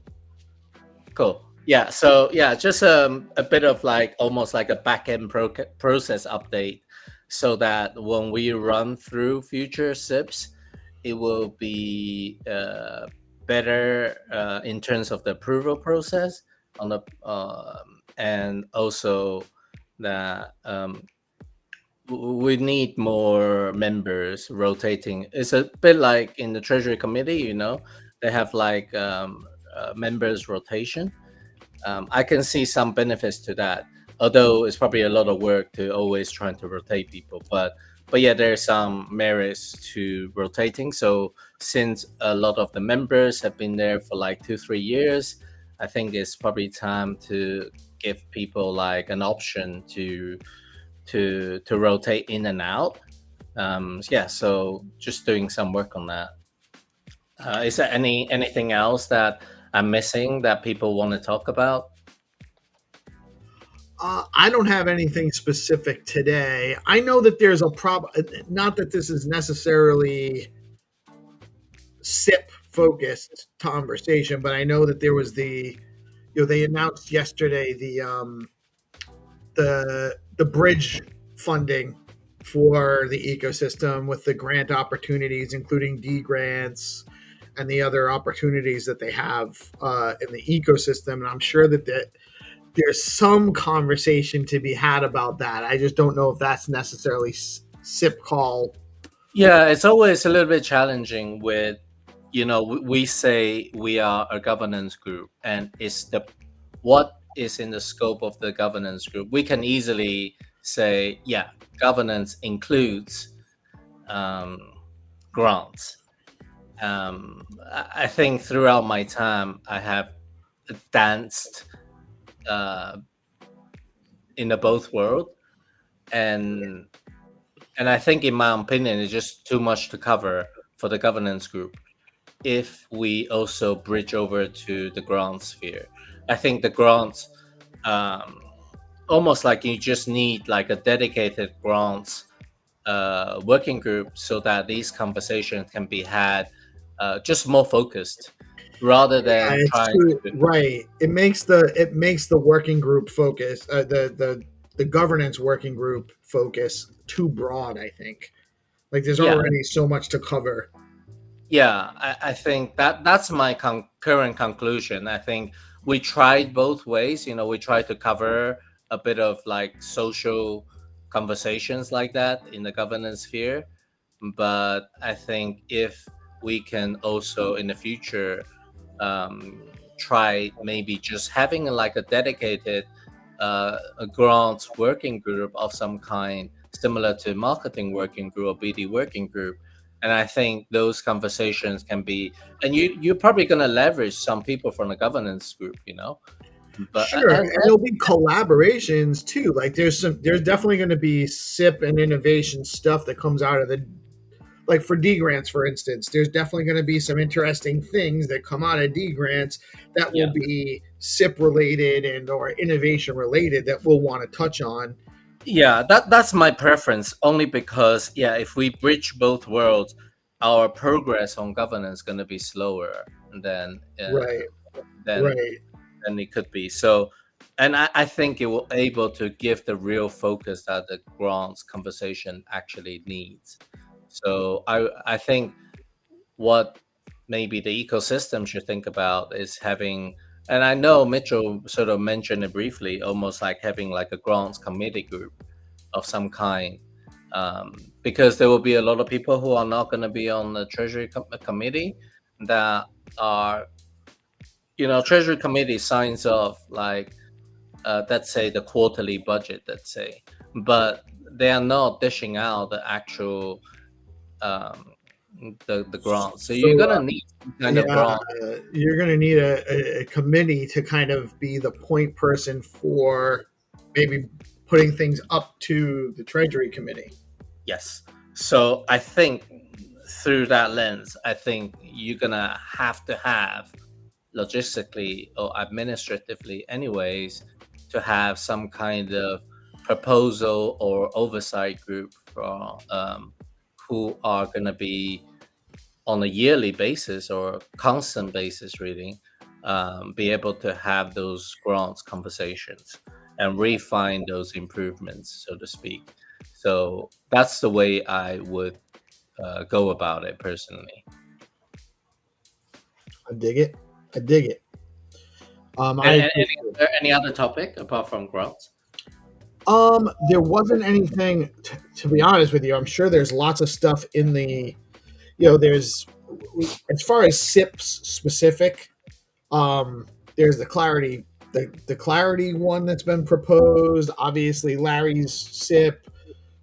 People already know about Frieger's SIP with the improved stacking, but that's still got some, that we can always talk about these things. I don't think there's anything new pushing on those specific SIPs right now, but the clarity upgrade is probably the big one that's coming down the pipe right now, I would say. Yeah, let me just do a quick screen share. Yeah, so the one you're referring to is this one. Yes. Can you see my screen share? Yeah, so Bryce proposed an improvements to how Clarity works, basically. And there's like really good videos from Hero about it. And it's actually a draft SIP that I would recommend all the Clarity developer actually just go and take a quick look. Maybe you have ideas to how to improve the current Clarity 4 proposal. Maybe you have more ideas that you want to get into Clarity 5. I think.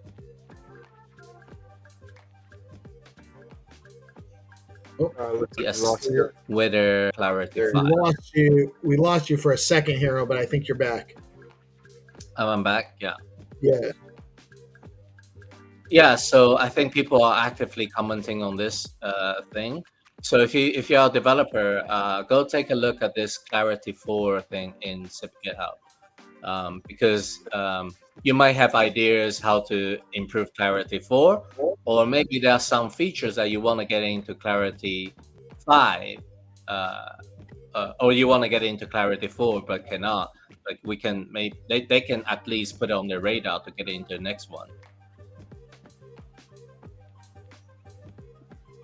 Yeah. Yes, I would agree. It should be anyone developing on anyone that's a Clarity developer should absolutely be reading the SIP and engaging and putting their input on it, even if it's just to get an idea of what's being built so that they can plan accordingly with what they're developing. Because actually, this makes me think about the governance working group or maybe let's think about us like governance / SIP working group, like maybe almost like a Stacks AI guild that we have many members, and maybe some of us in this governance working group can help us push out the awareness part. Because simply coming from Stacks handle or simply coming from Stacks or handle maybe get missed. So maybe the likes of DeOrganized media and just community members helping us like push out 1 week. Like let's say next week is a focus for Clarity 4, like awareness. We can absolutely do that. That would be a coordinated effort would be a great idea too. If we actually just say this week we're going to start pushing, that will be the SIP focus. We'll start promoting it over the weekend on the shows Monday through Friday, and then Friday we can actually have a little bit more of a conversation about it. Yeah. I think that's a good idea, actually, just thinking about it. Yeah, because in the Stacks AI Guild, there should be like a weekly topic. So I'm thinking the same way that we can view the governance working group. Some members in the governance working group can then have a focus. Say this week, let's push out this. Maybe we actually have a couple of focuses in the like a couple of. Maybe we have a few categories and we assign focuses for a couple of different categories every week. So we have a SIP focused or a governance focused category for the AI guild content. And then another one that is DeFi updates. And then another one that is creator stuff, or art or game stuff, like something that's in the kind of similar to how we're dividing the traps. Maybe it makes sense to have 3 different categories and pick something from each of those categories, so that there's a number of things for them, because these guys are putting out lots of content. It's not just, so I think maybe 2 to 3 focuses might be a good idea too. Yeah, and I was thinking to have like a weekly budget for incentivization for that as well. I love it. I was just thinking that for the guild, that I think the weekly because it's not like a bounty per se, so it can just like boost stacks people for like really good posts. I think that's the quickest way without getting into reviews and posts and stuff. Just if we see the leader see like this is a good post from Governance Working Group, or this is a good post from the Stacks AI Guild, I think we just like boost stacks them directly, and I think that should help keep the momentum up. Yeah, I agree. I'm all about supporting that movement. And just for anybody else out there, there's another proposal from Larry about making basically all the stacks addresses like a Bitcoin address, so that we are always just interacting with the Bitcoin address. And you can also see some conversations on here. So he actually answered many questions from a recent comment. So it's probably good to update yourself in the Stacks forum on this kind of topic, so you're aware what's the latest innovation basically on Stacks. Because these innovations are on the protocol level per se, or wallet level, not necessarily like a dApp, but it's gonna get used by all the developers. So it's good for all the developers to familiar yourself with the upcoming big proposal that are likely to get changed or likely to get merged per se.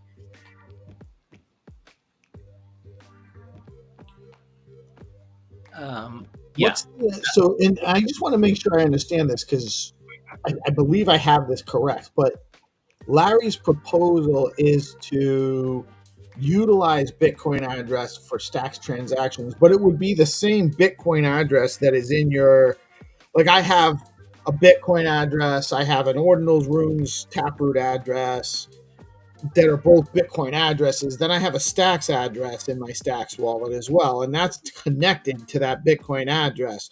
So it would just be using that first Bitcoin address, and then the Stacks address would just be derived by the contract, basically. I think so. Yeah, there's actually a demo here. I don't know if you can see it. We can see it. I don't know if is there any. Oh, I don't know if there's any audio.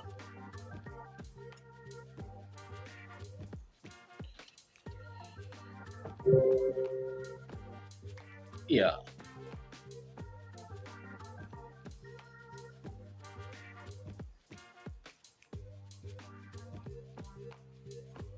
Well, we got Hattie joining us. Oh, Patty in the house.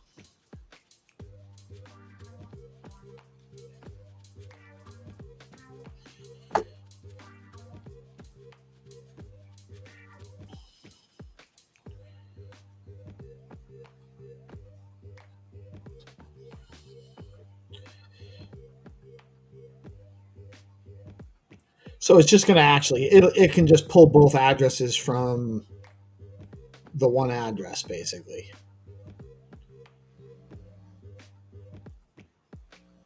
I don't hear the audio on there. Yeah. Yeah, this is the loudest I can make. I don't think it's sharing. Yeah. But yeah, I think the concept is like the Stacks address is basically like hidden in the background, but you're just interacting with Bitcoin address. So it'll feel much more Bitcoin native, so to speak. That's the advantage to onboarding people. You don't have to worry about Stacks address anymore. It just feels like almost like layer 1, but it's actually a layer 2 and I think it's gonna help people to feel like it's just Bitcoin, you know. Right. It abstracts away the difference between stacks and Bitcoin, and it's just like you're transacting on Bitcoin. So it just, it ties stacks more directly to Bitcoin. It doesn't seem like there's a tremendous technical lift to incorporate this either, from what I understand. I'm not an expert on that, but just from what I've read about it, it does seem like it's pretty easy to establish. Yeah. Relatively.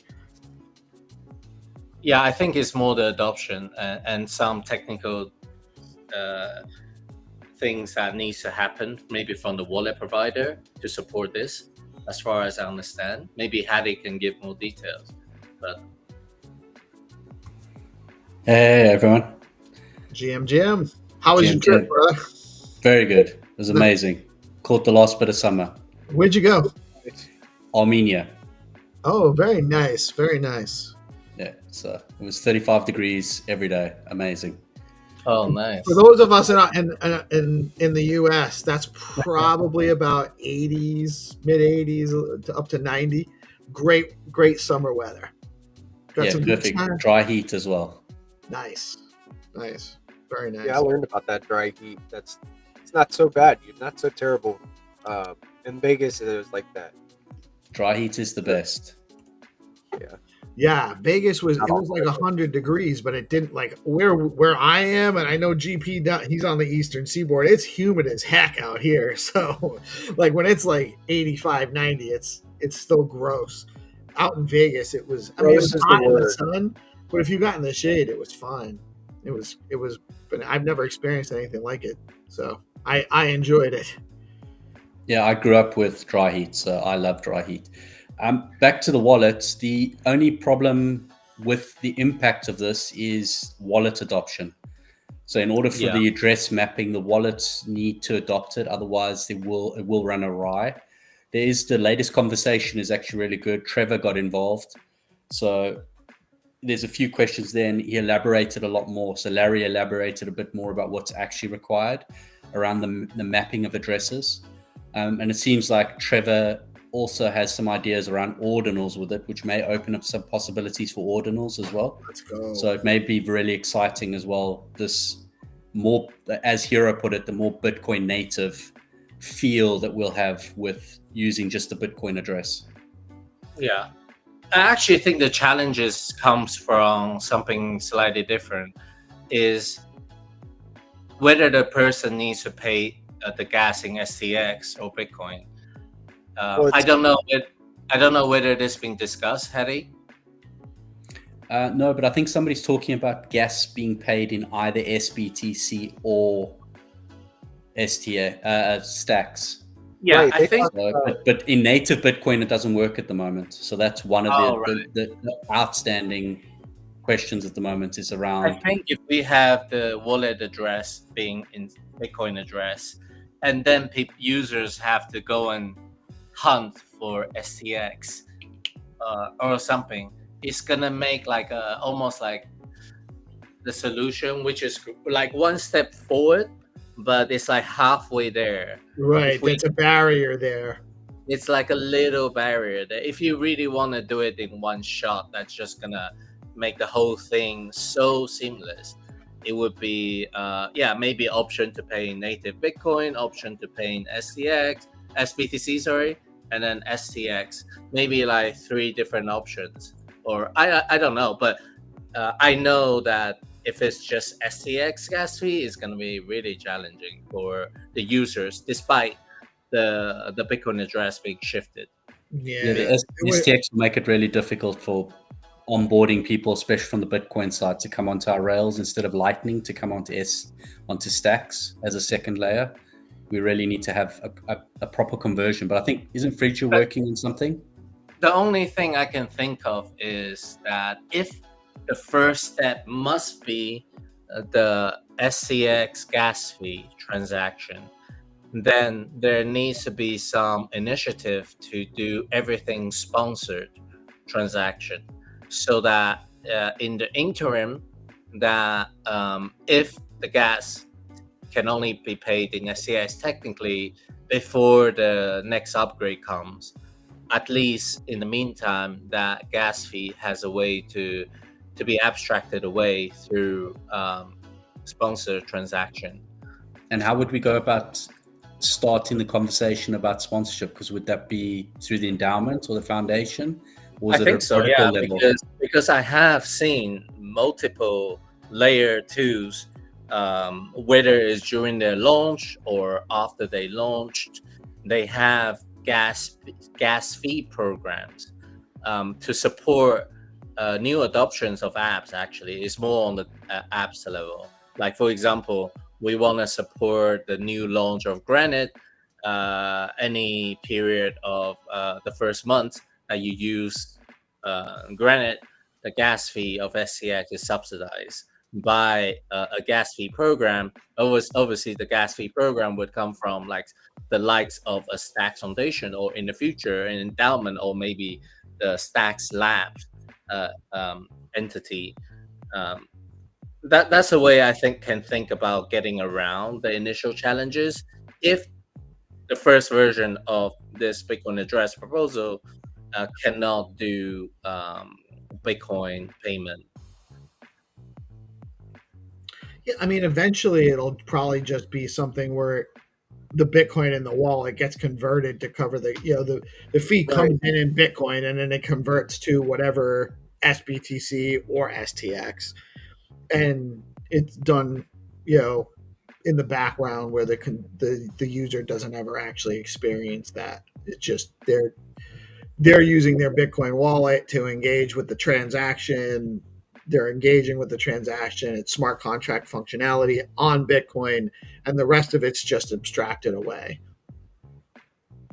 Yeah, maybe if there isn't a comment about this, maybe I'm quite happy to just ask the question: will the gas fee be paid in which currency, and what's the and maybe that could be that could see the conversation.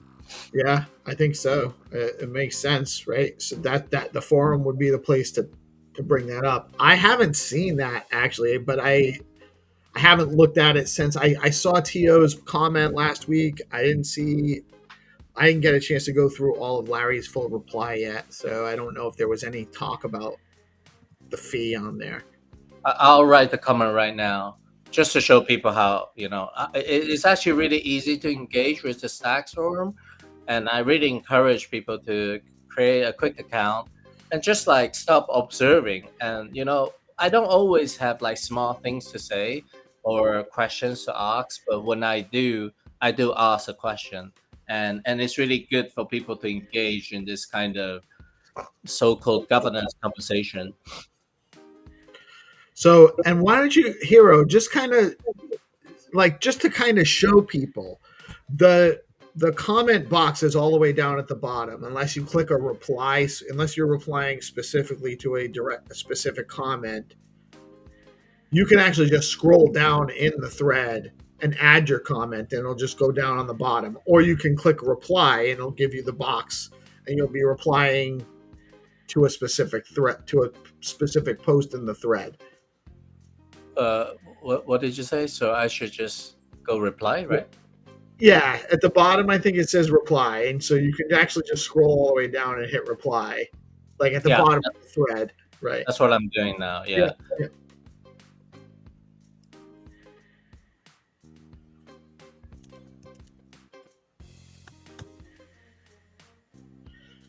And while Hero's making his comment, I just want to point out Trip had made a comment earlier. Wallets will swap BTC address for STX address initially.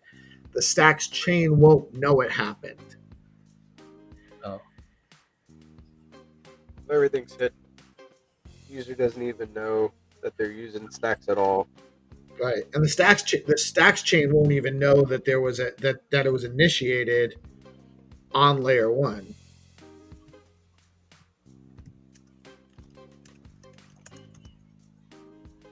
Well, maybe it will, but as of what Trip's saying, it doesn't have to.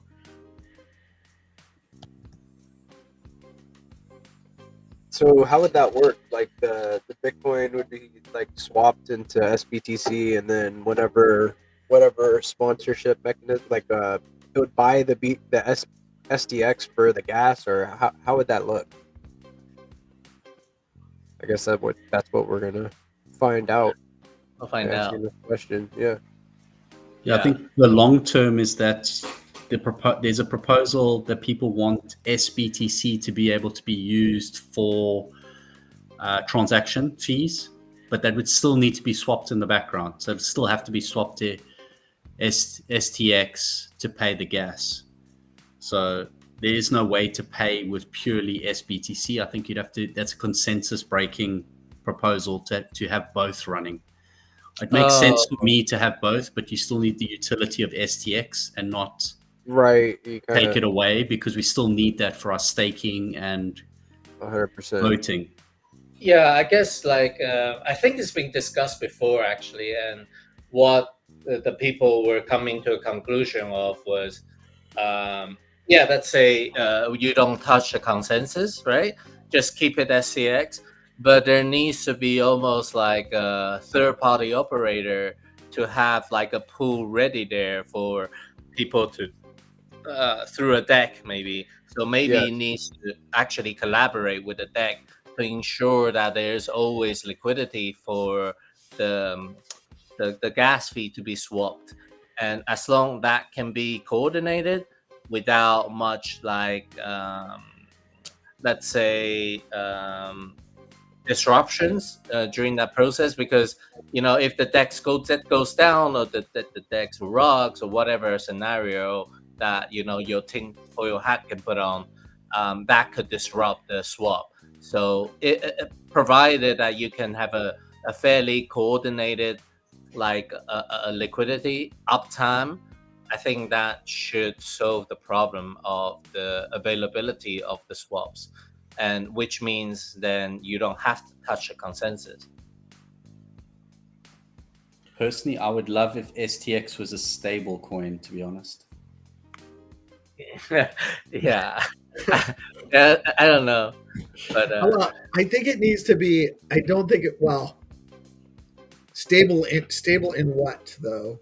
Like a dollar stable coin, or where's the peg? Because that makes it easier for all transactions and everything to run on it, because it's stable. It just makes it easier for the layer, and it makes more incentivization. And then SBTC is your primary payment method, and you have a stable sitting in the background. But it's too difficult for economics for the chain. Yeah, I won't. Yeah. I mean, it's not a bad idea. I mean, I would actually rather pay everything in US dollars. It just makes it easier to contextualize, really. And then STX it's something else. I don't know. It's like the one that goes up in value the most. Maybe BTC is less. I don't know. It should, in theory, anyway. Well, it's the value. STX should show the value of the Stacks ecosystem. SBTC is the programmable Bitcoin on the platform, on the network. But STX price appreciation is important for the long-term effectiveness of SIP31 and the funding of the endowment too. I think if our top line number is $1 for STX, that might be a problem. Yeah, and just to show people another topic that people can get into, and this is directly related to almost like the node running, and the node running is always a conversation that's related to decentralization. If it's easy for a person to run a node, and Muthu, who is being a long-time stackers actually for the past few years, he's into this kind of node stuff, and he recently tried to sync up the node, Stacks node, encountering some challenges, and he asked some questions on the forum. So these are also conversations that you can engage in. So just to show people, Stacks forum is actually a really, really good place for Stacks focused conversations, and even grants. So actually, I was thinking about posting a reply regarding grants. I think somebody did post a topic on here about grants in general, and I was thinking of replying. Don't remember where. Where is it?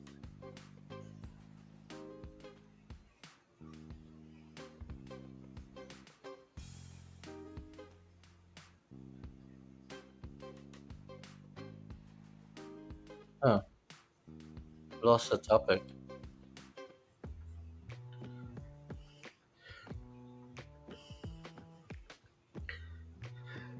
Hattie, is there anything on your mind?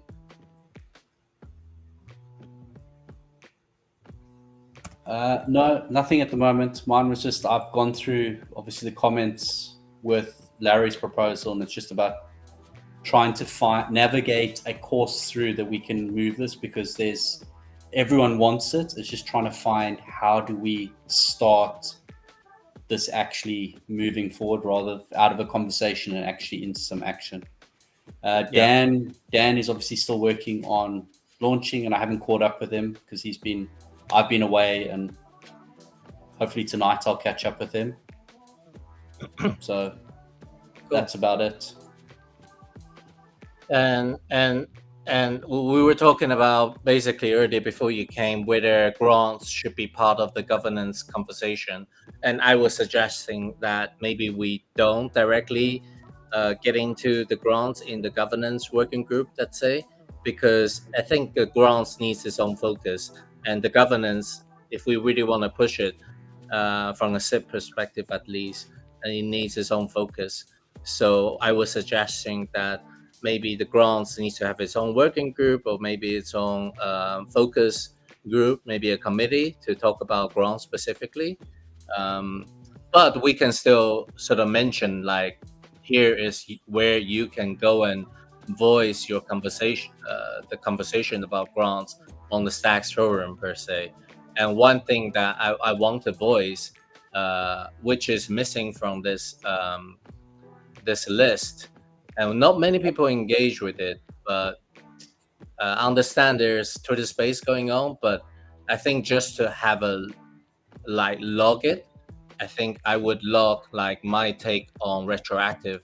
I will be a big supporter of retroactive grants to reward people who have been doing really good work, and it's like a minimal to run it operationally from a grants operator perspective.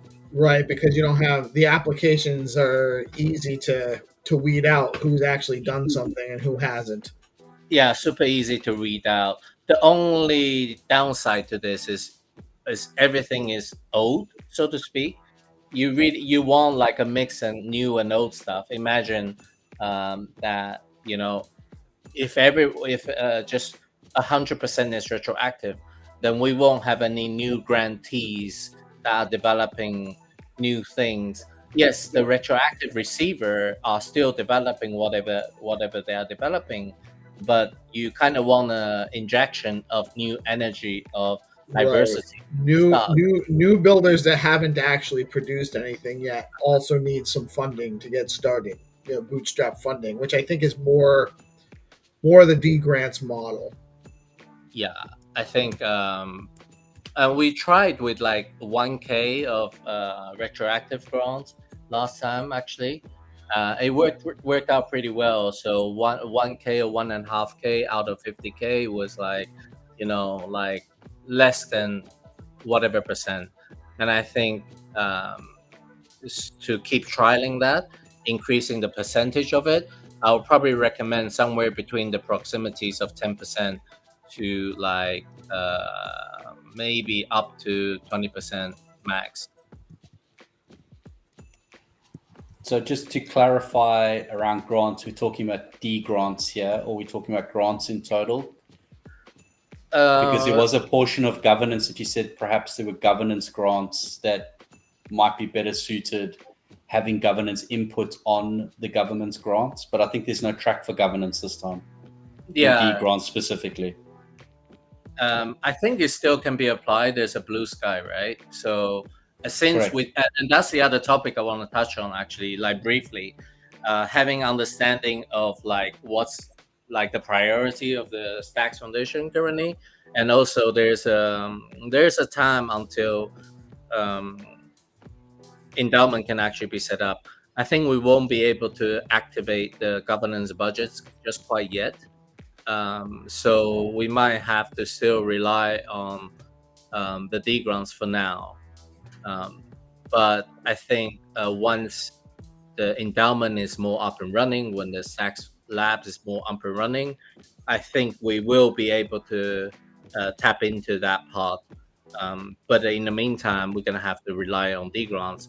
But I think in the meantime, what's important is I already seeded the conversation with Stacks Foundation to have this on their radar, so that maybe in the meantime, what we can do is how do we go about making a good, transparent proposal process in the context of everything else going on in the grand sphere. Then I think that's what we can do in the meantime to give it some thoughts, so that the higher up don't have to say, they can be confident like actually we got something in something well thought out in place already. So that's what I'm also gonna think about a little bit while I do the SIP process. So we still need to think about governance as a longer term when everything's set up, and have some structure. Okay.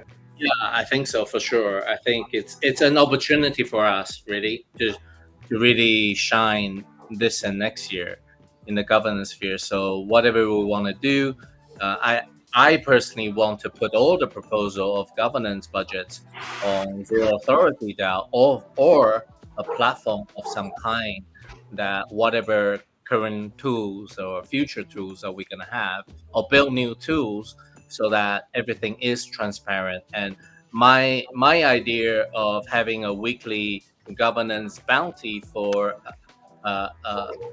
people to amplify clarity for, it's just my idea. If people really hate that idea, having like a $100 budget per week, that I'm gonna put proposal forward, then people should be able to comment on it and maybe make suggestion of alternatives. I don't want to be the sole dictator of that idea.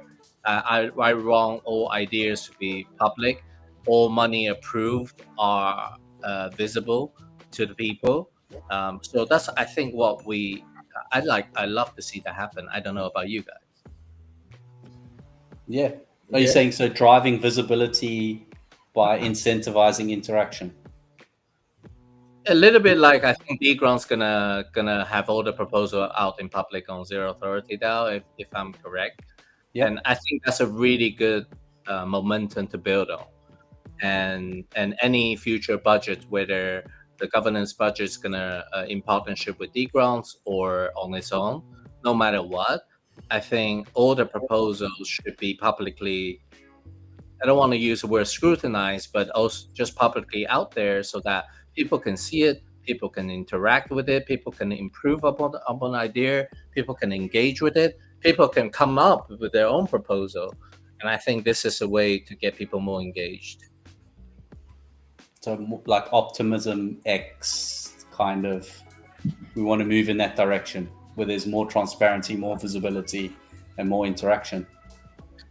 Yeah, I mean, governance is, sometimes about accountability, about transparency. These are some of the keywords that do come up regularly. And I think we just do it by example as a governance working group. Okay, so making governance sexy again. Yes. So maybe we need what's her name? Sweetney. Cindy Sweetney. Let's Sydney go. Sweetney. All right, so I have another. That's another one for next week. I want a Sydney Sweeney jeans ad, but with Hero Gamer in it. Oh, we need Where's Rihanna? Oh, we need Rihanna? Jeans. Like peace love is our figurehead. It's our brand ambassador. We're trying to make it sexy, bro. Come on. Actually, it probably should be GP, right? If we're all being serious about it. What, me and Sydney Sweeney be in the ad? You in a jeans ad. Me in a jeans ad? Yeah. I think they could attract the ladies. We need more feminine energy in the space, actually. Can I swing back? Hero, do we need to talk more about building out the tooling for governance? And on another call, not now. I meant as in the future, we need to start mapping out our tooling. I would say, yeah, that's. I think both front, like a transparent process, but an actual proposal that say this could be an actual real proposal. Say, yeah, I think that could be a good one to put forward. And I do think that we are missing a few things that some entity can. I think we need to figure out. Yeah.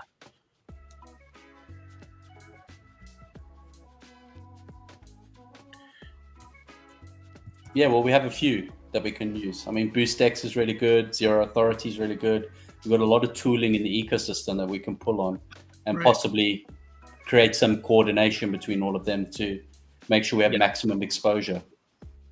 Yeah, for sure. I think currently it needs to run through maybe a very rigorous budgeting process to get those things activated.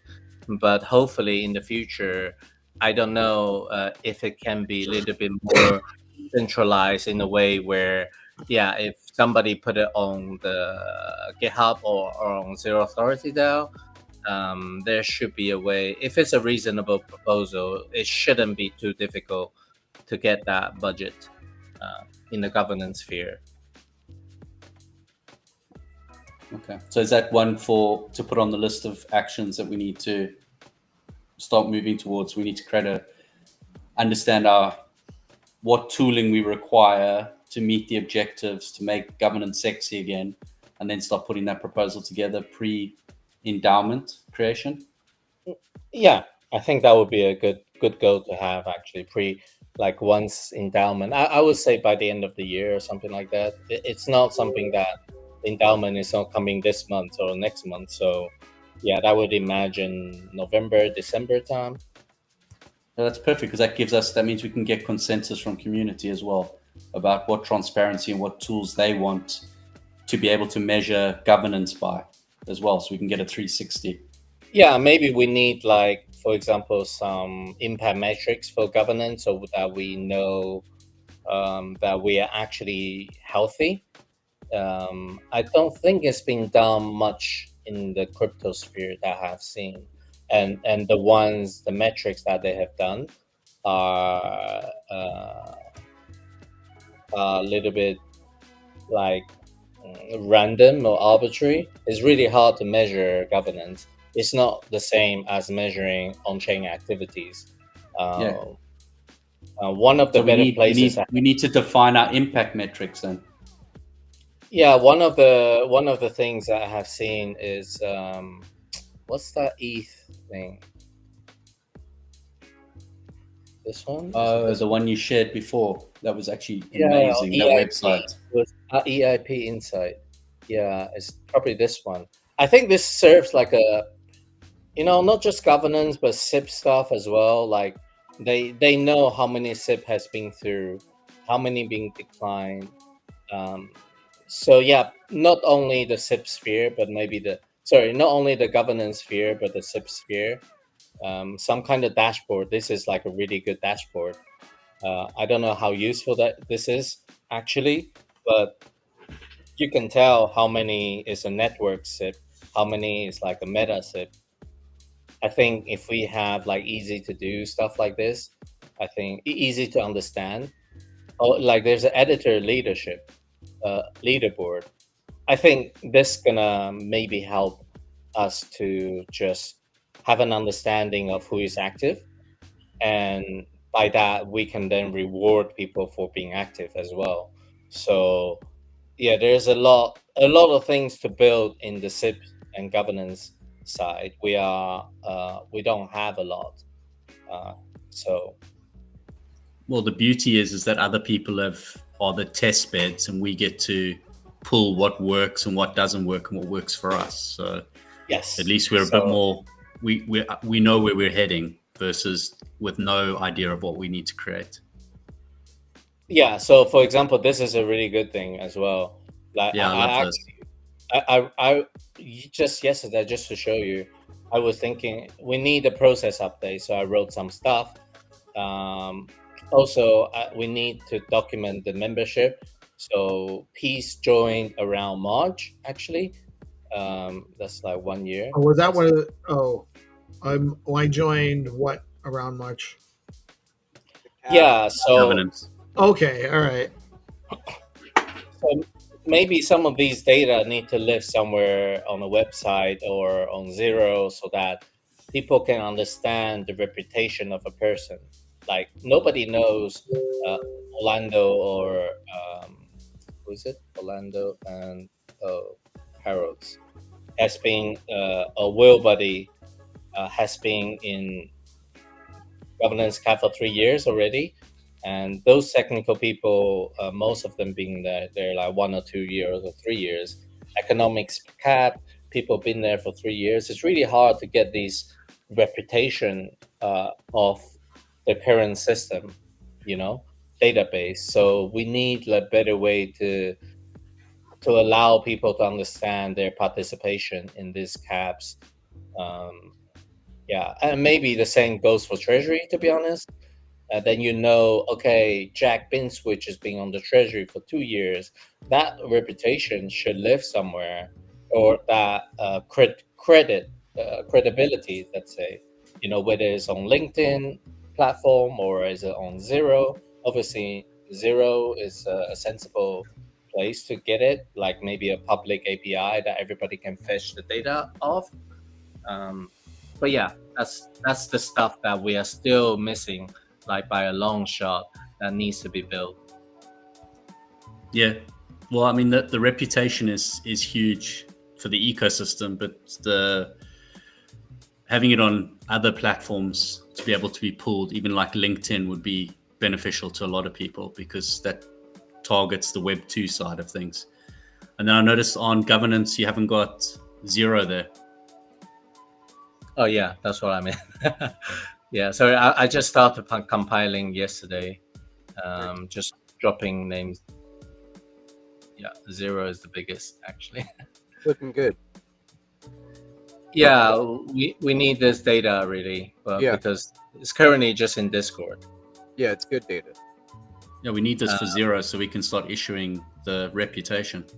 That's badass. Yeah, for sure. Yeah, I think it's much needed. 3 years.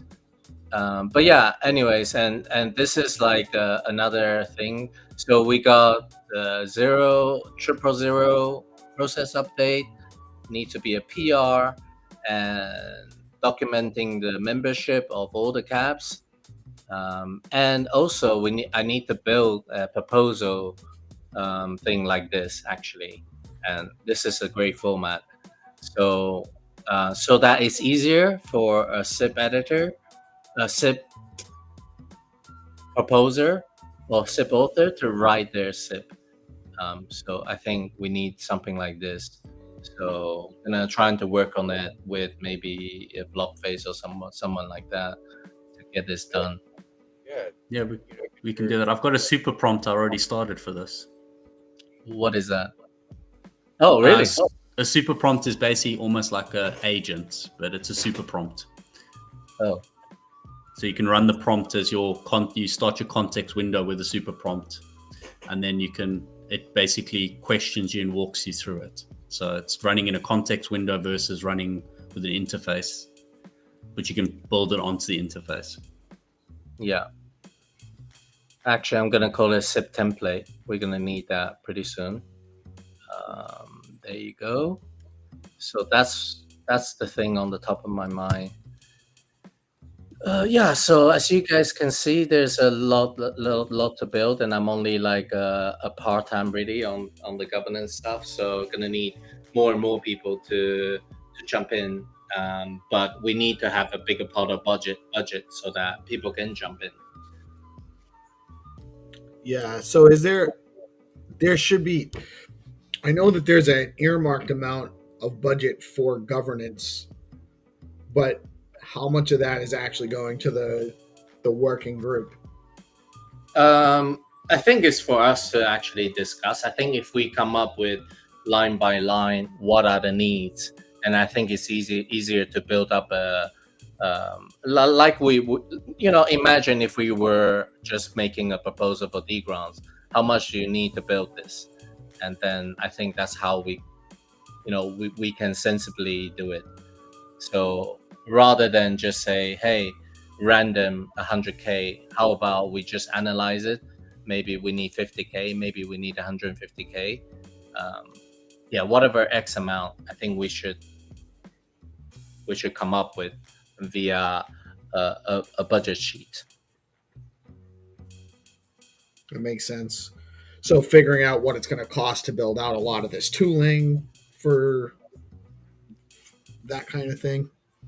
Yeah, I think so. Recently, I started doing like a budgeting for a weekly incentives or bounties for AI Guild.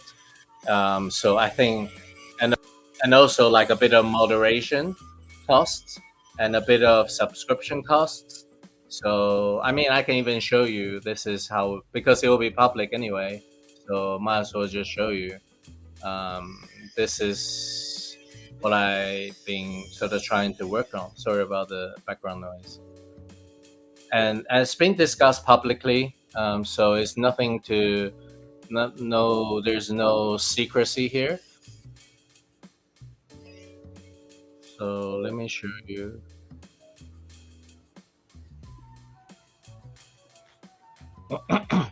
So this is what I imagine, that we have a proposal budget. Here is a compensation for people's time. Can you scroll Here in just a couple wheels? Yeah. Is the compensation for people, per month or whatever months. So the total budget is actually for 2 months. Subscription costs per month, I'm asking all the leaders to come up with subscription costs. And subscription for also learners. It's not just the leader, also the learner in the guild. And we need to have certain amount of budget. So, that guild is so strong. That's all those guys are trying. Yeah. You need good people, and that's what makes it work. And also incentives for moderators, bounties per week. Bounties for, I can't remember.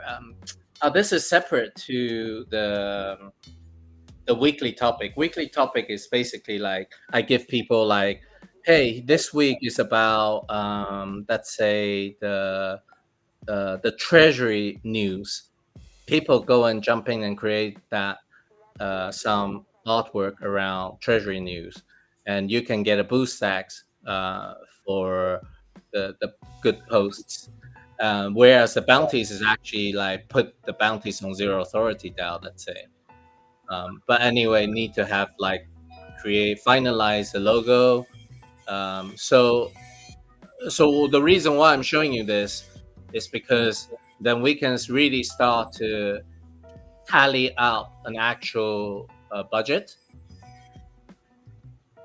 Oh, am I in the different?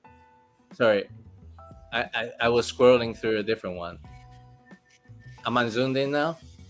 Yeah, you're here on proposal budget, category X-Link per month, 2 months there.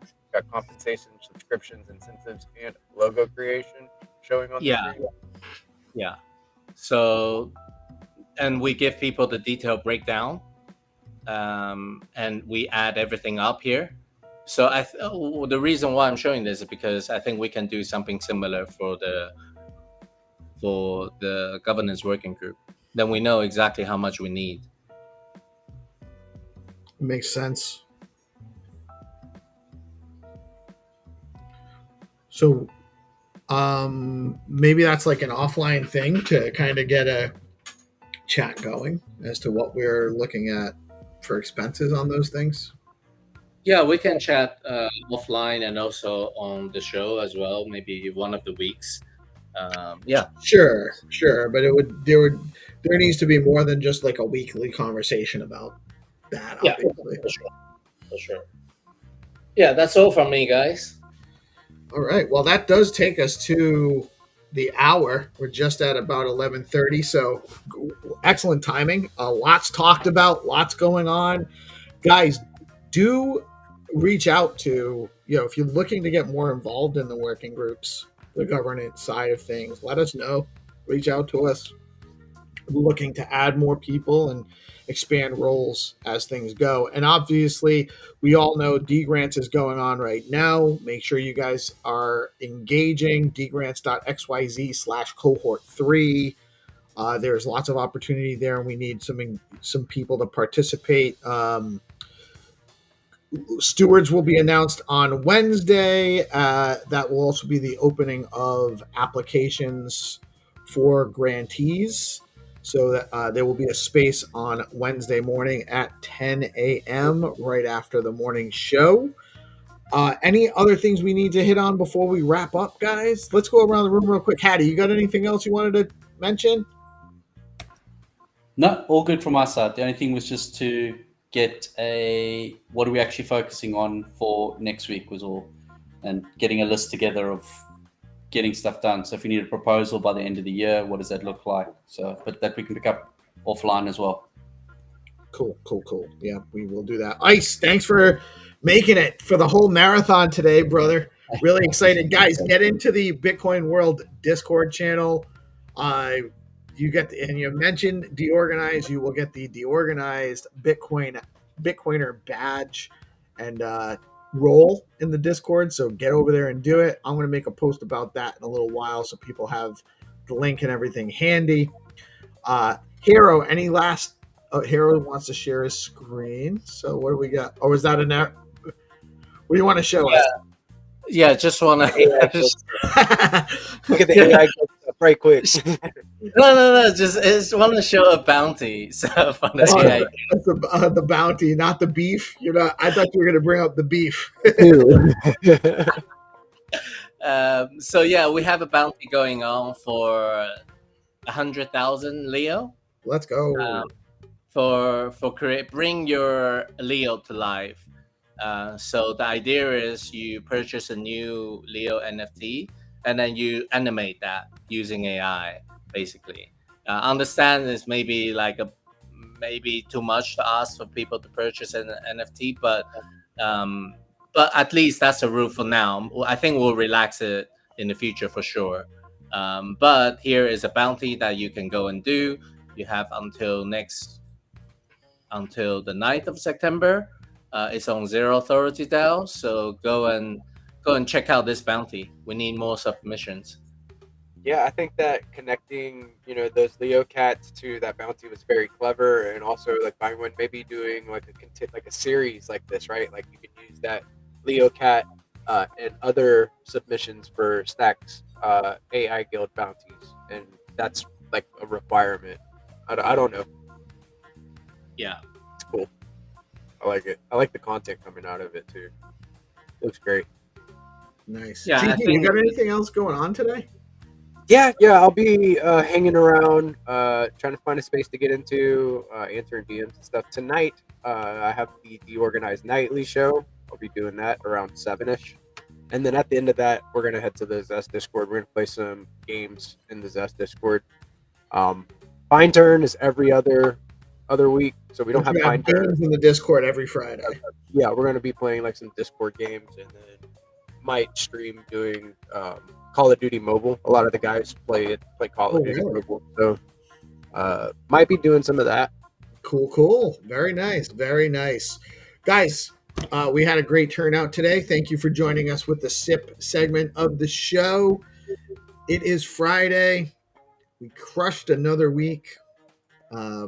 Feeling good about where things are heading. Lots of opportunity to get involved, to get to know people, to hone your skills, and provide value to our ecosystem, which is what we're trying to do here every day.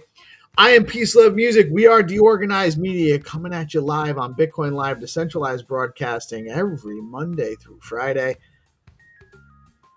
Bringing you all the updates on Bitcoin, crypto, stacks, innovation, education, never financial advice. Not Thank you all for financial checking. advice. Do your own research. Let's go. Not financial advice, but good life advice, probably. Good luck. Have a good weekend, guys. You too, man. Peace out, everybody.